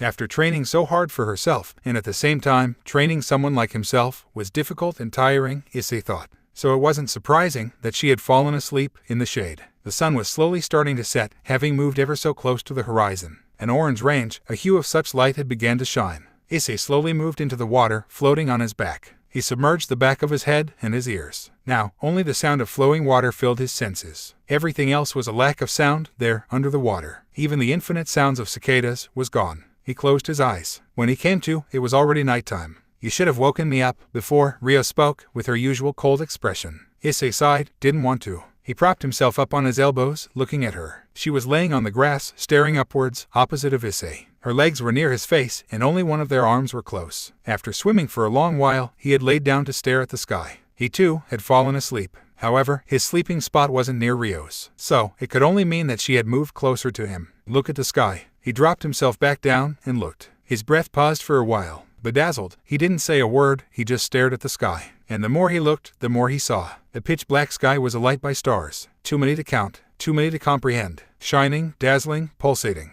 An infinity in a single glance. And right in the middle of it all, it looked as if someone had spilled white over that background. It was too much to take in. As if the universe was expanding there and then, right in front of their eyes. And that pulsating white, a line, a straight blob, that felt just outside of his vision. But he felt as if it was there, just in the corner of his eyes, but at the same time, everywhere. "Hey, is that the Milky Way?" Issei asked, after a while. "I think it is," Rio responded. "I just didn't think you could actually see it with your own eyes." Undoubtedly, that heavenly scene was there, beyond his fingertips. He raised his hand into the air. His palm blocked out an infinity of stars, leaving a pitch-black imprint where they were. And yet, with such an abstract number of stars blocked out, there were infinite more that weren't. Even if it looked close, it was millions of miles outside of his reach. Nor his arms, nor he himself, would ever reach those stars. He dropped his hand down, and it just barely touched Rio's. He twitched, and pulled back, on reflex. "You did say that the sky was beautiful today, and I laughed at you for it," Rio spoke. "But you were right. I'm sorry." Her gentle voice, just ever so audible under that sky, calmed him. "Don't be. Even I didn't expect such a thing."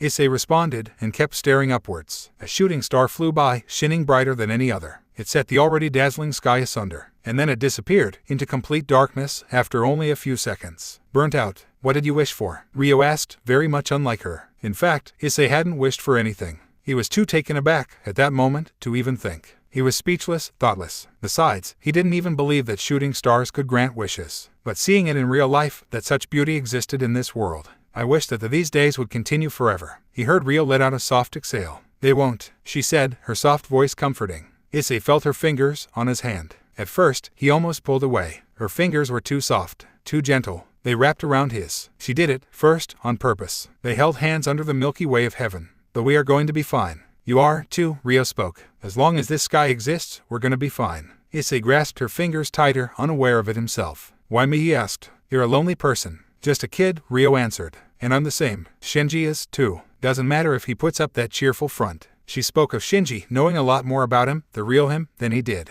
Even if Shinji was friendly and close with him, it wasn't like they ever talked as seriously as he had with Rio. "If I had to answer why I chose you, it would be because I felt sorry for you, I guess. I am a person who is fine alone. People who seek me out always want something from me. Be it my body, or my skills, or my connections, whatever it was, I didn't want anything to do with them. When we first were put together, you didn't want anything from me. You looked uncomfortable just because you felt like your existence bothered me. And it made me want to pity you." Issei laughed, a very forced laugh. "You make me seem even more pathetic than I am." She too laughed, moving her fingers a bit, making Issei squirm. "And I thought that someone like you would be good vessel to give this strength to," Rio spoke, her voice almost a whisper. Issei barely heard it. "Because I trust in your strength, my dear lost one." One after another, shooting stars began to litter the already shining sky. Issei remained without saying anything more. If Rio weren't holding his hand, he'd have thought that maybe he was dreaming. But her warm palm, her soft skin, it felt too real. Indeed, he was a lonely person. He had no one except Ryo and Shinji. Before them, he had no one. The falling stars above shone brighter than the sun for those few seconds, before burning themselves to ash and disappearing, in silence, in darkness. "Did you wish for anything?"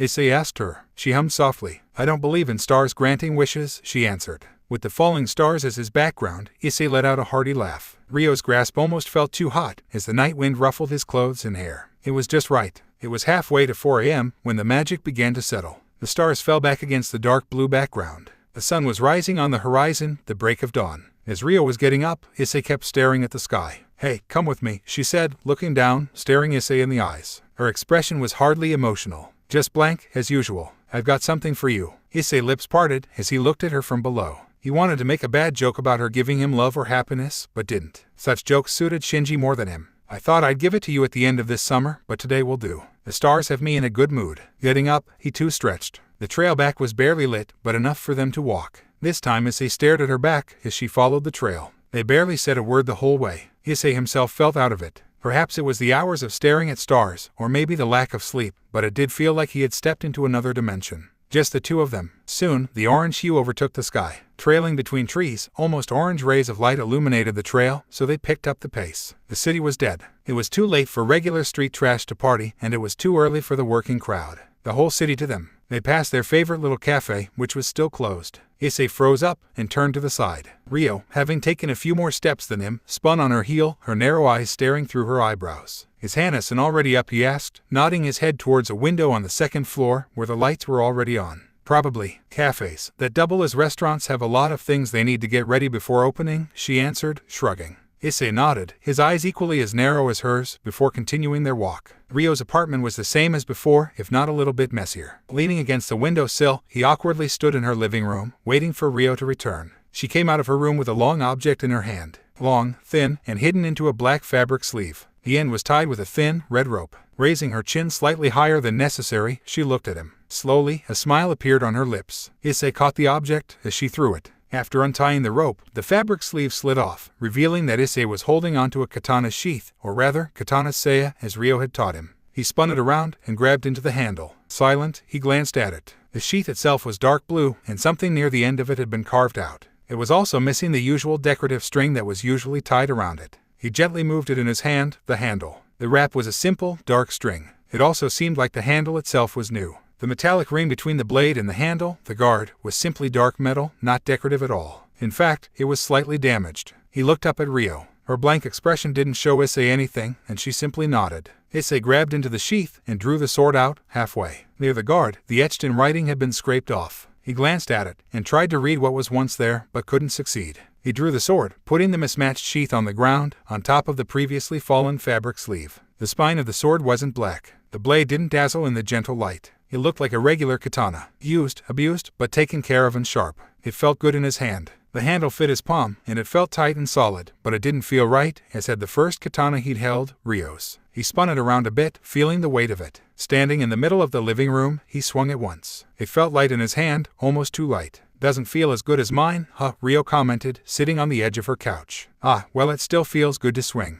"Just your one felt perfect," Issei answered, just staring at the sword in his hand. "A sword like mine would be wasted on you," Ryo answered, giving Issei a light chuckle. "That one will have to do." Issei glanced back at her, his eyes widening. He asked the obvious. "You're giving this one to me." "A nameless sword, for the non-existent student of the Juzo School of Sword," she smirked. "As you can see, I have filed off and destroyed the names and identification. It's one of our spares, the Juzo family has a bunch of them. It's barely a sword of any worth in the scheme of things. However, this sword is better than anything you, a regular guy, would ever get your hands on, well, except if you took a sword of an opponent's corpse, that is." Issei swallowed the saliva in his throat, looking at the serious expression that Ryo had while speaking. "Anyways, the previous handle was destroyed in battle. It was halfway repaired and left in our armory to rot. So I took it, tied a new wrap on the handle, and am giving it to you." Issei sheathed the sword, put it back into the sleeve, tying it off. Standing, he looked at Ryo, who was sitting completely comfortable, her legs crossed. "I don't know what to say. Are you sure? Plus, it doesn't sound like you asked to take it, or, yeah, the family doesn't know. You could say I stole it. Well, yeah, I did steal it.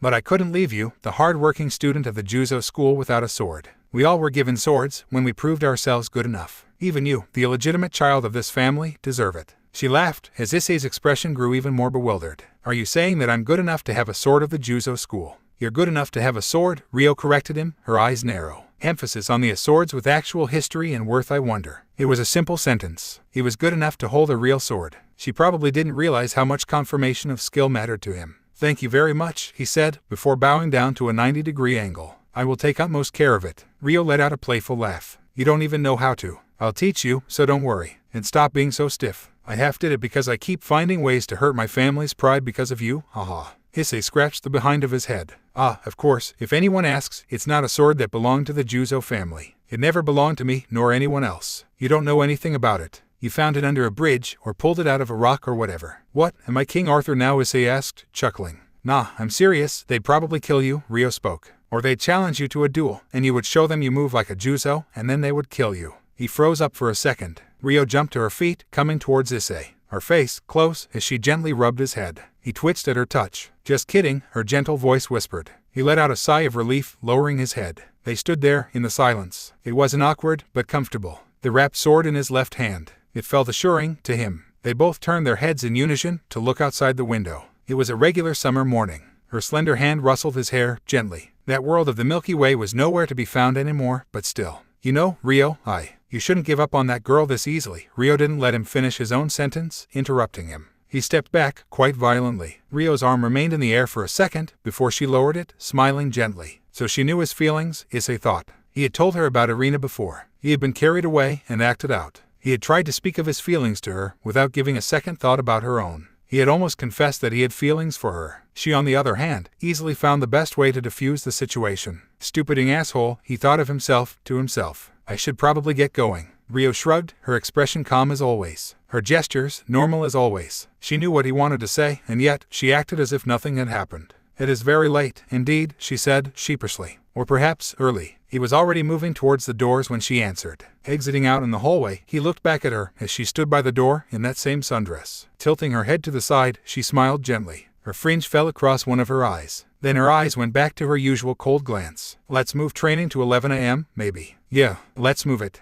Thanks again for the sword, and I'm sorry for, it's fine. Don't worry about it. She gave him one last nod, and shut the door. Issei remained standing, staring at the closed door. How could have he let himself be carried away so easily? She had enchanted him. Or maybe the stars were to be blamed. But she rejected him in the most gentle way possible. She saved him some self-respect. In the end, he was nothing but a child. He hadn't grown up at all. Such a move only proved it. He took the sword sleeve and hanged it on his own shoulder, using the string that ran from one end to the other. The sword itself rested down against his back. Grasping his face, he sighed and began to walk. She was to be blamed, Issei thought in anger, for showing him so much kindness. She had to know better than to show such kindness to a lonely person like himself. And yet, those days of not being alone, of being together, of training had spoiled him. He had started to take that kindness for granted. He had become weak against loneliness, against being alone. Not again. He wouldn't make such a mistake ever again. Feelings made you vulnerable. Connections with people made them able to hurt you, even if they didn't mean to hurt you. Even if they weren't to be blamed for the pain. And if you couldn't be hurt, then you were the strongest. He stopped in an alleyway, crouching down against a wall. What are you even doing? Did you forget why you are even here? He asked himself. Don't go on living like you're some normal person, retard, he told himself. Regular happiness, have you gone completely insane? His own voice, in his own head asked. Issei Hayadu had one purpose, to become an exorcist, and to go see Irina Shido. Why are you wasting time? He stepped outside of the alleyway, and bumped into some early businessman. He glanced at him, but didn't say anything and walked away with wide eyes, almost as if afraid of him. He turned to the side, looking at his own reflection in a window. Long, wild hair, an expression of contempt, a sword on his back, his narrow, loathsome eyes, blank, staring through his messy fringe. And who are you supposed to be? He asked the reflection of himself. He grabbed into the cross around his neck. His eyes almost rolled into the top of his head, the expression on his face morphing into anger, and then into almost a deranged smile, as he laughed. Loudly, he laughed to himself on the public street. He calmed down after a few seconds, and smiled, chuckling to himself. His voice, cold, he said only a single word. Dipshit. She was a tomboy. There was no doubt about it. Irina was. For a while Issei even thought that she was a boy when they had played. But in a way, that was a reason for why he had liked her back then. She wasn't like the other girls. She wasn't afraid to get dirty, to play ball, or even to wrestle around. She was fun. She didn't think boys were idiots. She was always down to go outside, to go up into the mountain, to search for beetles, or to crush cicadas. She was his best friend, but a girl. She was cute as a button. Even with the short hair and boyish smile. It took a while, but when Issei finally realized his feelings, he noticed every little thing about her. Her smile, her expression of anger, even the awkward way she spoke to grown-ups, and the boyish way she walked, it was just cute. Of course, he and her, both of them were innocent and pure, like the snow. And their childhood crush, that little love, was only pure. Only the love of kids could possibly be that pure and unsoiled. It could never be defiled. Feelings of kids, at that age, never had any filter or any loathsome intent. They said what they thought, and they expressed only what they felt. The most wholesome emotions. A children's picture book love story. But that was a long time ago. Almost half of his life ago. That childish love only existed in children's tales, after all. In that same way, Rio was also different. She was cold and distant. She didn't seem to care about many a thing. She just had an aura that made you feel just your existence alone was a bother to her. In that way, her personality was boyish. That delinquent-like glance that she viewed the world through was usually found on boys. In fact, especially the girls of the Osaka branch exorcists, they were proper, girlish, or perhaps feminine. Also the fact that many of them came from rich families helped that fact, of course. Long skirts, mature haircuts, uniforms at all times, etc. Studied in groups, never missed class. Proper, mature, young ladies. It wasn't like Issei had anything against the girls of his class, as he had never spoken to them, nor had they ever spoken to him. Rio was the only exception. He had lived for a long time, without saying much. Only after starting to speak with Rio and Shinji had he realized how starved for speaking and interaction he really was. Words flowed, and he couldn't really stop them. He just wanted to interact. He was weak in that regard. For someone who was alone so much, he was also lonely. Starved of affection, starved of touch. He was a person who craved the interaction. He wished he wasn't a person like that. He wished he wasn't that weak. What he was, that was a fact. He didn't know what to think of it all if Shinji and Rio hadn't come into his life. Perhaps he would have grown to become strong alone. Or perhaps he would be so starved of conversation and camaraderie that he would have gone crazy. He had fallen in love with 2 out of the 3 girls that had ever showed him any affection, after all. Irina and Rio. The third girl was the 20-something-year-old Hanasan, the waitress. He wasn't in love with her. She was not only much older, but also doing her work, in a way. He was a customer, of course. But in any case, 2 out of 3 was not good at all. Perhaps he was just a damaged person who would fall in love with anyone who would ever be kind to him. He stood there, in that same abandoned sawmill as always. His worn-out t-shirt stuck to his skin, drenched in sweat. His arms trembled, and his healed bite injury seemed to almost pulse. It looked out of place and foreign on his otherwise smooth skin. He couldn't even remember how many swings of his sword he had done. It was probably in the thousands. His hair taken back into a messy bun at the back, sweat was dripping into his eye. As always, his mind wandered as he trained. Swinging a real sword felt much different than that training wooden sword. It wasn't as if it was harder to swing it. In fact, it was probably easier, because it was lighter than the wooden swords that they used. But there was a certain amount of responsibility and seriousness to it all. He was training to kill. Every swing of his sword was to become better at it. He wished to become good at killing, at overpowering his opponents. With those wooden swords, there was some amount of thought that always let you think of it as only training. As make-believe, as a game, almost. But now, it was serious. It was a real sword. He had already cut himself with it, when he lowered it too close to his own leg. Some dried still remained on his knee. He stopped swinging it overhead, and lowered the sword to his side. He took a few deep breaths, before collapsing on the ground, crossing his legs. One palm holding his head up, his eyes tracing the spine of his blade. That extremely sharp blade had already taken lives. Humans and devils, most likely. Frankly, he didn't exactly know what to think of it all. The Juzo family. The Juzo school of sword. He was being taught the same way she had been. Those same moves, that same mindset. And now, he was given a sword. Her lackadaisical attitude towards it all, it did worry him, after all. It was very serious. The school of Juzo was well known, old, influential, and rich. Noble roots of samurai of those days. They lived by that old school creed. He assumed that people who shamed the family of Juzo actually did commit seppuku. And he was just a bastard who was being taught their secrets. Someone who had no right towards that knowledge, towards that experience and power. He was a thief without any shame or honor. And yet, he didn't want to stop.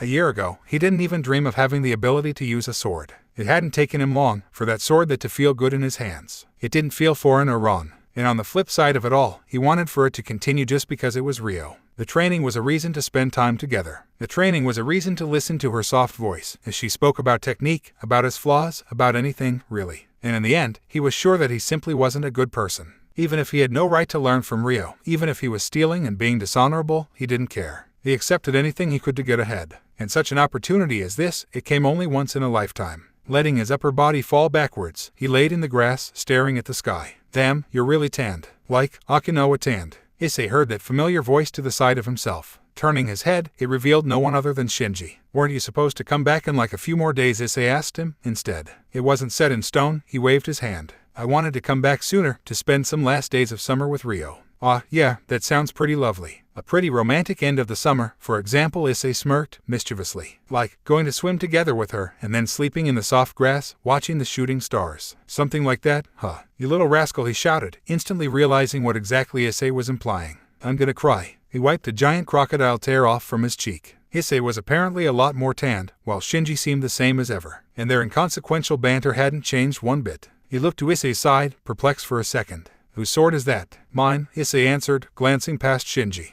He hummed. I wonder where you got it. I climbed the highest mountain in the forest and fought an 8-headed snake. When I ripped its tail off, it turned into this sword. Are you Susanoo now? He rolled his eyes, grabbing the sword. And this, is it supposed to be the Kusanagi no Tsurugi? Very underwhelming looking, bro. Issei tilted his head to the side, and in a single motion, jumped up and grabbed it out of his hands. Well, you know those legends get blown out of proportion. I get it, I won't ask, he sighed. You got any of those training swords around? If you have a sword, I assume that you can use it? Huh. Issei nodded. A few minutes later, they stood across from each other. Issei took his battle stance, his body slightly shifted to the right side, sword raised up. Shinji, on the other hand, stood in a relaxed manner, the wooden sword at his side. He winked, before lunging at Issei. A half a second later, his eyes widened, because Issei had stepped forwards as well. Before the summer break, usually Issei was the one to fall back. Perhaps his training had rewarded him with some confidence, Shinji thought. He dodged a bit, letting Issei attack, before striking back. His relaxed and unorthodox way of swinging messed Issei up for a little bit, as he began to dodge haphazardly. Ryo had a very certain charm to her way of the sword. Graceful beauty that balanced right on the edge of her all-cutting sword.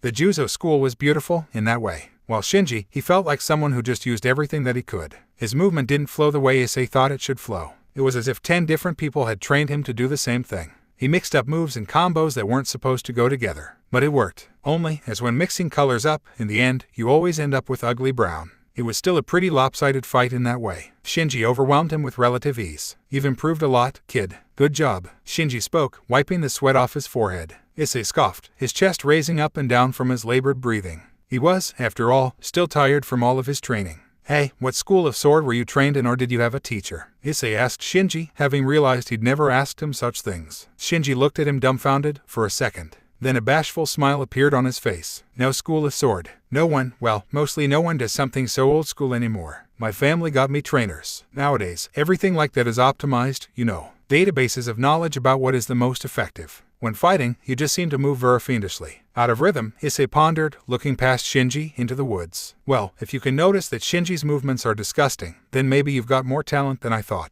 Both boys turned their heads towards the female voice. Ryo raised her right hand, doing a 2-finger salute towards them. Shinji then proceeded to hug her, which she accepted with a more deadfish than usual look in her eyes. Issei stood there, awkwardly. I don't understand what you dislike about my movement, Shinji scoffed, over-exaggerating. It's perfectly normal. It's repulsive. Ryo glanced at Issei, city-eyeing him. Because your way of sword is just a homunculus of sword arts of many different schools, countries, sword types, etc. You can't just mix it together and expect it to look good. Right, Issei? He twitched and looked at her. She had the same cold expression as always, pulling him into the conversation, unlike always. Yeah, I didn't think of it that way, huh? Issei answered with his half-non-answer answer. Like always. Everything was like always. Just normal. How the are you able to act so normal? He screamed inside his mind. Just like 8 hours ago she had rejected his stupid confession. Was his feeling so worthless to her that it didn't leave a smudge of impact on her emotions, or was she just so mature that she did everything in her power so he could feel comfortable, and not awkward as hell in front of her? He couldn't tell, and didn't know what to think. So Hedges looked at the sky for a bit and walked off towards his bag. That same azure sky, almost cloudless, remained above his head. Taking a bottle of water from his bag, he poured it over his own face, before drinking what was left. Ryo stood there, with her side to Shinji, who was going on about something that had happened to him over the summer break. She nodded a bit, and answered every once in a while. Shinji, as always, smiled as he looked down on her slender statue.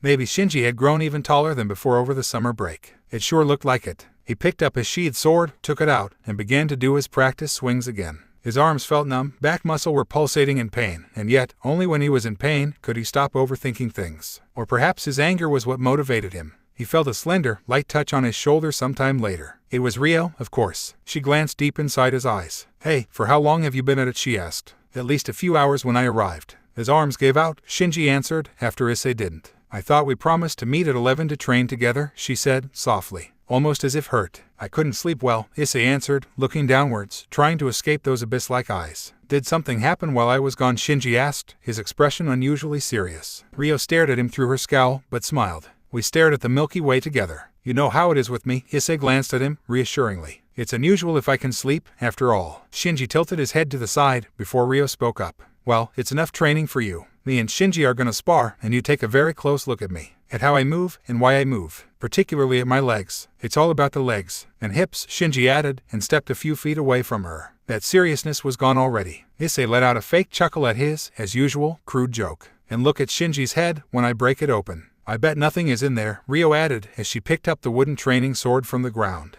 And then, Shinji and Ryo began to spar. Ryo was even more aggressive than usual, and he couldn't tell if it was because she was angry at Shinji or just because she wanted to show how to fight people who moved in an unpredictable way. The difference between Ryo and Shinji was even larger now. Ever since that fight with the first devil she slayed, Ryo's fighting prowess had grown. And now, he was sure that she was a lot better than Shinji. Despite his huge build, his power, and his age, she was, for sure, stronger. Her slender movements danced around his crass attacking. And when she struck, he dodged as if in panic. Issei didn't blame Shinji from dodging as if in fear. That strike of hers would indeed shatter his skull with that wooden sword, if connected. This friendly sparring was beyond training. When two fighters were at their levels, all safety was out of the window. Especially with wooden swords. Issei's body was covered with wounds of a training sword, after all. Shinji exhaled and wound up an attack from beneath. As it was about to hit, Ryo used only one leg to spin herself into the air, sideways. The sword went beneath her face, right about as she was upside down, midair. Landed, she and Shinji were both right inside each other's guards. Shinji's witty eyes betrayed his surprise, as Ryo's foot went deep inside his side, as she blocked his kick with the butt of her wooden sword. Even with core training, nothing protected his ribs. He hit the ground, going with the flow of Ryo's kick, trying to avoid fractures. She stood there, not moving for a second. Shinji jumped back up, and raised up his t-shirt, looking at his side, tenderly touching his ribs. A red imprint was already there. I think if we keep up training so hard we're gonna seriously injure each other soon, Shinji spoke. Your agility never fails to surprise me. Sorry, I got carried away, Ryo scoffed, and dropped the wooden sword that she had kept at her side. Looking over her shoulder, back at Issei, she spoke up. Keep up, kid. Sitting there, his legs crossed under himself, he wished he was as talented as his two friends. And at the same time, he wished he had more time to train. Or perhaps, he wished he was from a family who would have taught him to fight from the very beginning of his life. And so, the summer passed. Ryo was stronger than ever. Shinji had grown taller. Issei had become tanned and started to pull his hair back into a messy bun at the back of his head. Hannison, the waitress of the little cafe they often visited, said he looked like a samurai. He assumed that it was more because of his sword that he kept carrying with himself, on his back, hidden in that fabric cover rather than his hair. He couldn't decide where to keep that sword. Because it was a shared dorm, he didn't really have anywhere private that he was sure he could keep it. Nakamura, his bully, knew where he lived. In the end, he had decided that carrying it with him, most of the time, was the best option. And because it was covered with a sheath of fabric, it didn't attract that many eyes. Most people probably just assumed he was carrying a kendo practice sword. With the summer behind his back, the Exorcist specialization classes started. History, wars, notable devils and fallen angels, effective ways of killing devils, demons, monsters, rules of engagement, Bible study. Because everyone now had the free time to focus 100% on just Exorcist training, the teachers and instructors pulled out all of the stops. The real training began then. And well, physical training. Ability to actually combat devils. Your normal middle school would probably have you run laps around the football field, and then you'd have to play ball with your friends. So Issei chuckled to himself. Of course, it wasn't the first time he had to do this, but he still found it funny every time. Usually this test of prowess happened only once a year, but from that year, apparently, it would become almost monthly. Dozens of 14 to 15-year-old teenagers were standing to the side, while two more teenagers sparred with rubberized training swords in the middle.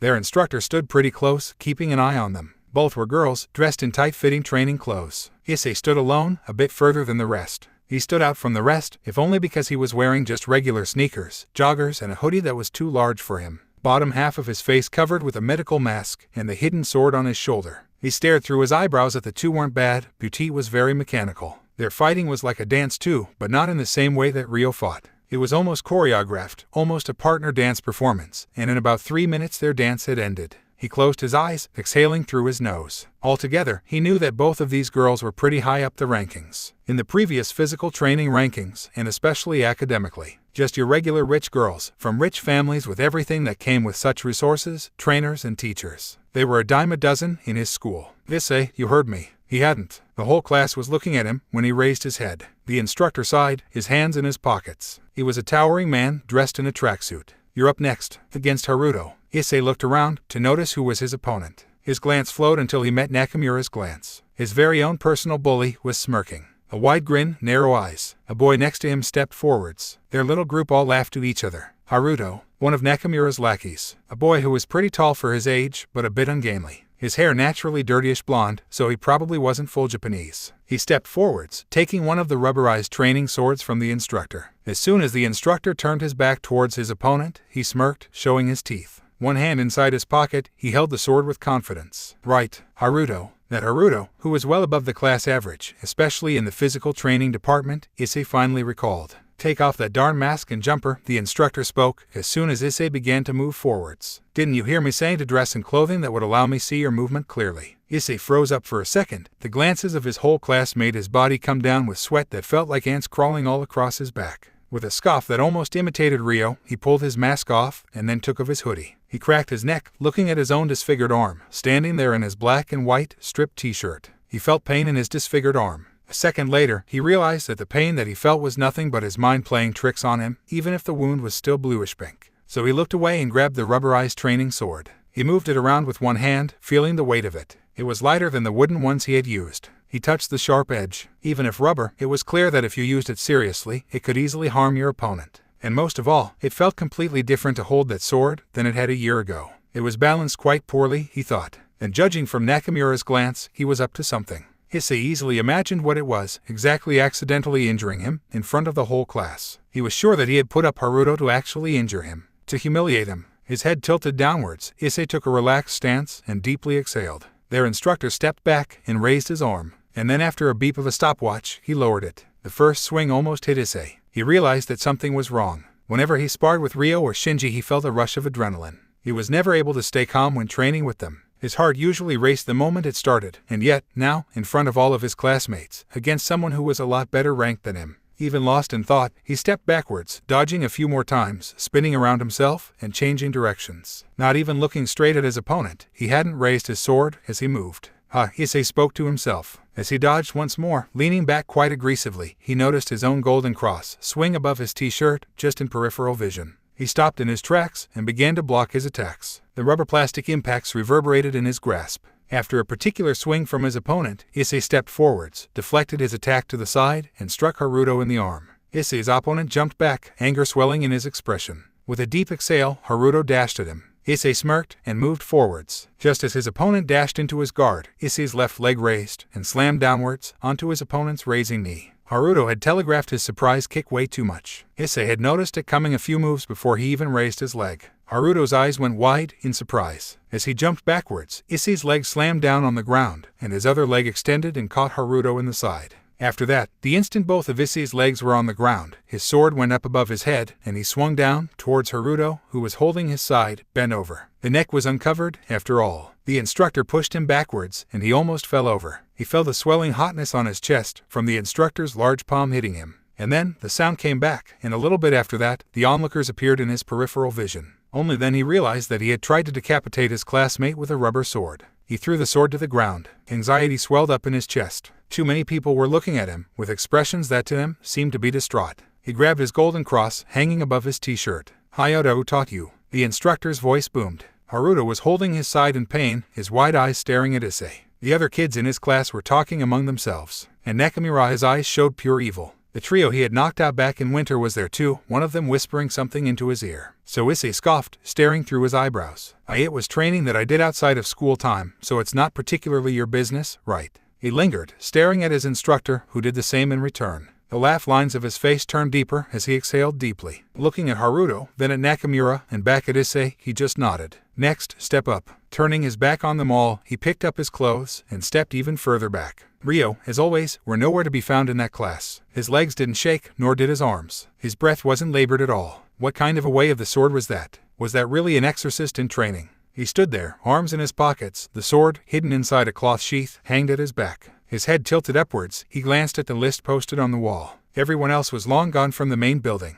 After all, it was noon. All classes had ended. Issei Hayato. His own name was on that list, and beneath his name were a bunch of his classmates' names. It was a class ranking listing. He wasn't at the bottom. So tell me, dead last, how does it feel to not be dead last anymore? He turned his head to the side. Ryo stood there, her hands at the sides of her ankle-length skirt. She was indeed in her school uniform. It felt almost odd to see her in such clothing after the whole summer. Odd. She nodded. Good job. Slapping him on the shoulder, she turned around and her steps began to move away, echoing over the empty hall. I almost got hit in the face first swing, because I didn't realize the fight had started. Issei spoke, turned to the side, facing Ryo's back. She stopped, and not turning around, asked, "And it wasn't because I was spacing out." Ryo let out a boyish laugh. "Well, yeah. You just didn't think that he was a threat, so your instinct didn't kick in. Your body, and you, unconsciously, knew that you could kill him." But Issei stammered. "That is what strength feels like, Issei." Ryo returned to walking away. "But don't let it go to your head." Issei remained there, looking at her moving statue. The difference between his training with Ryo and Shinji was probably the factor of fear in the end. He was sure his heartbeat hadn't raised above 60. In the end, Haruto just looked like a dipshit with a toy sword, and nothing more. Just as much playing as the two other girls who looked like they were rehearsing a dance. So Issei laughed, once again, to himself. And that was how it went from thereafter. Days turned into weeks, and weeks into months. No one bothered him anymore. No one even as much as looked at him. He spent his days like a ghost, unnoticed in class. He took a little break off from training, but returned to training with Shinji and Ryo right after. Ryo was in charge of his sword training, while Shinji was more overall training, like striking and grappling. Though, he never passed up the opportunity to roll with Ryo too, who, unsurprisingly, was great at grappling as well. Her flexibility was a great asset, as he couldn't really lock out her joints that well. And in such, he could truthfully say he was fine with that, because it meant that Nakamura didn't bully him anymore. But he wasn't a fool, so he knew that something was probably brewing. Slowly, all that remained were menacing glares at each other. But he knew his bully pretty well, so he never let his guard down. He didn't allow himself to be lulled into a state of false security. "Maybe it's because you look like a thug and carry around a sword." Hanasan, the waitress, spoke to him. It was a pretty early morning, as he sat in his favorite little cafe shop. Barren and empty, and with nothing else to do, Hanasan was resting with him sitting across from him, her fringe pulled back, uncovering her forehead. "He's the thug. Thugs aren't afraid of other thugs," Issei answered, exhaling. "Well, they are if the other thug is stronger," she answered, tilting her head to the side, looking past him. After another quick look at the front door, she slouched over the desk, stretching her arms almost to Issei's side. He didn't react, and continued to eat his light breakfast. "I'm not quite sure I am," Issei spoke up. "It's not like he's some pushover." "Then maybe he grew up a little and realized that bullying people is pathetic," Hanasan spoke up, her forehead against the desk. Her voice came out a little bit muffled. "Yeah, right," Issei cringed. "That guy is straight up evil." "Well, you do only see the negative in this, in people," Hanasan spoke. "Did all the people in your life hurt you? Did they really?" Issei looked sideways, hiding his face behind his arms, because he himself didn't even know what kind of an expression he was making. "Aha," he laughed to himself, inside his head. "You should use this opportunity to make more friends, if he doesn't bother you anymore. Open up to people a little, don't hide behind that literal mask all the time. Act more like a kid." Issei didn't say a word to that. Hanasan raised her head, looking at him, so Issei turned his face away from her. "You know yourself that Ryo and Shinji are going to go ahead of you. They will go and become amazing exorcists and leave you behind. And when that happens, who will you have? This old, boring waitress that's talking your ears off?" Hanasan sighed, lowering her head again. "You're gonna be a lonely boy, that's for sure." Issei didn't answer for a while, almost frozen in thought. Resting his chin on his palm, his eyes turned to one side, staring at nothing. "I'm gonna live on," Issei spoke, his voice barely audible. "And I'm gonna cut down anyone in my way. Life is precious, no matter whose. I understand that you will be an exorcist, so I'm not surprised, but you are way too young to think of life in terms of killing to get further. To kill for living." Hanasan tilted her head to the side, her eyes narrowing down, her voice and expression become less and less like hers. "I thought exorcists were supposed to protect the people, not just slaughter and take lives." "Devils need to be killed to protect people," Issei answered, unemotional. "To them, we are like cows, after all. Or even worse, bugs. Well, it certainly is easy to throw kill around when you are speaking. The actual act of doing so is different. I really hope you will realize how heavy that word and the consequences to the act are." "I know the consequences of killing a person," Issei spoke, not looking at Hanasan. "The pain that is brought to those left behind. Don't take my words lightly." Hanasan's eyes opened wider, and then she placed her hands in front of her mouth, agape. "I'm sorry," Hanasan said, her voice remorseful. "I understand it now. My mouth is sometimes too big, and I speak too much, hurting people in the process." Hanasan apologized with a pained expression. From Issei's word, she realized what he was implying. Maybe not fully, but the semantics didn't matter. The idea did. "No, it's fine," Issei sighed. "I consider you a good friend, so it would have come out eventually." She smiled. "Of course we're friends. Or maybe you are more like a little brother." Issei laughed. "It seems like I've been put as a little brother type. Shinji thinks the same of me. Well, seeing you always makes me want to protect you. Go out and scream at the world, asking who was responsible, so I can kick their ass." Issei answered her with a bewildered expression. "Huh, well, I guess you look angry all the time from others' point of view, but because I know you, it just seems like you're always sad." and that makes me sad. Issei looked downwards, his shoulders drooping down. See, there you go again, Hannison exclaimed. Don't make me sad. And then they laughed. In the end, all of his glaring and angry expressions that he showed the world couldn't hide the simply fact that he was a small boy, beaten down by the world. Pitiful, in a word. It's fine. I'll smile extra wide whenever you're looking then, Issei answered, light-hearted. That's more like it, she answered. There was a small pause in the coffee shop. Silence. Issei drove his palm through his hair before getting up. I've spent my free time. I'll get going, he said, hanging his sheathed sword on his shoulder. Yeah, Hannison answered, getting up as well. Well, you know I'm always down to listen to what you have on your mind or in your heart. I know it doesn't seem that way, but I'm a grown-up, with bills and a job and all, so I can give you advice. Issei, having half turned away, smiled at her. I'll keep that in mind, Hannison. After a small two-finger wave that Shinji always did, he exited the small cafe. Out on the street, people were starting to bustle. A red hue extended in the sky, behind the commercial buildings across the street. A couple of cars passed. As he looked, his hands inside his pockets, he pulled out his usual medical face mask and put it on. Looking at the sky, his brown eyes narrowed down. Only behind the mask could he hide 2/3 of his face, 2/3 of his sadness. The last third, his eyes, he could make them look angry. And angry was better than sad, because sadness was weakness, but anger was wrath. And wrath was strength, even if it was a sin.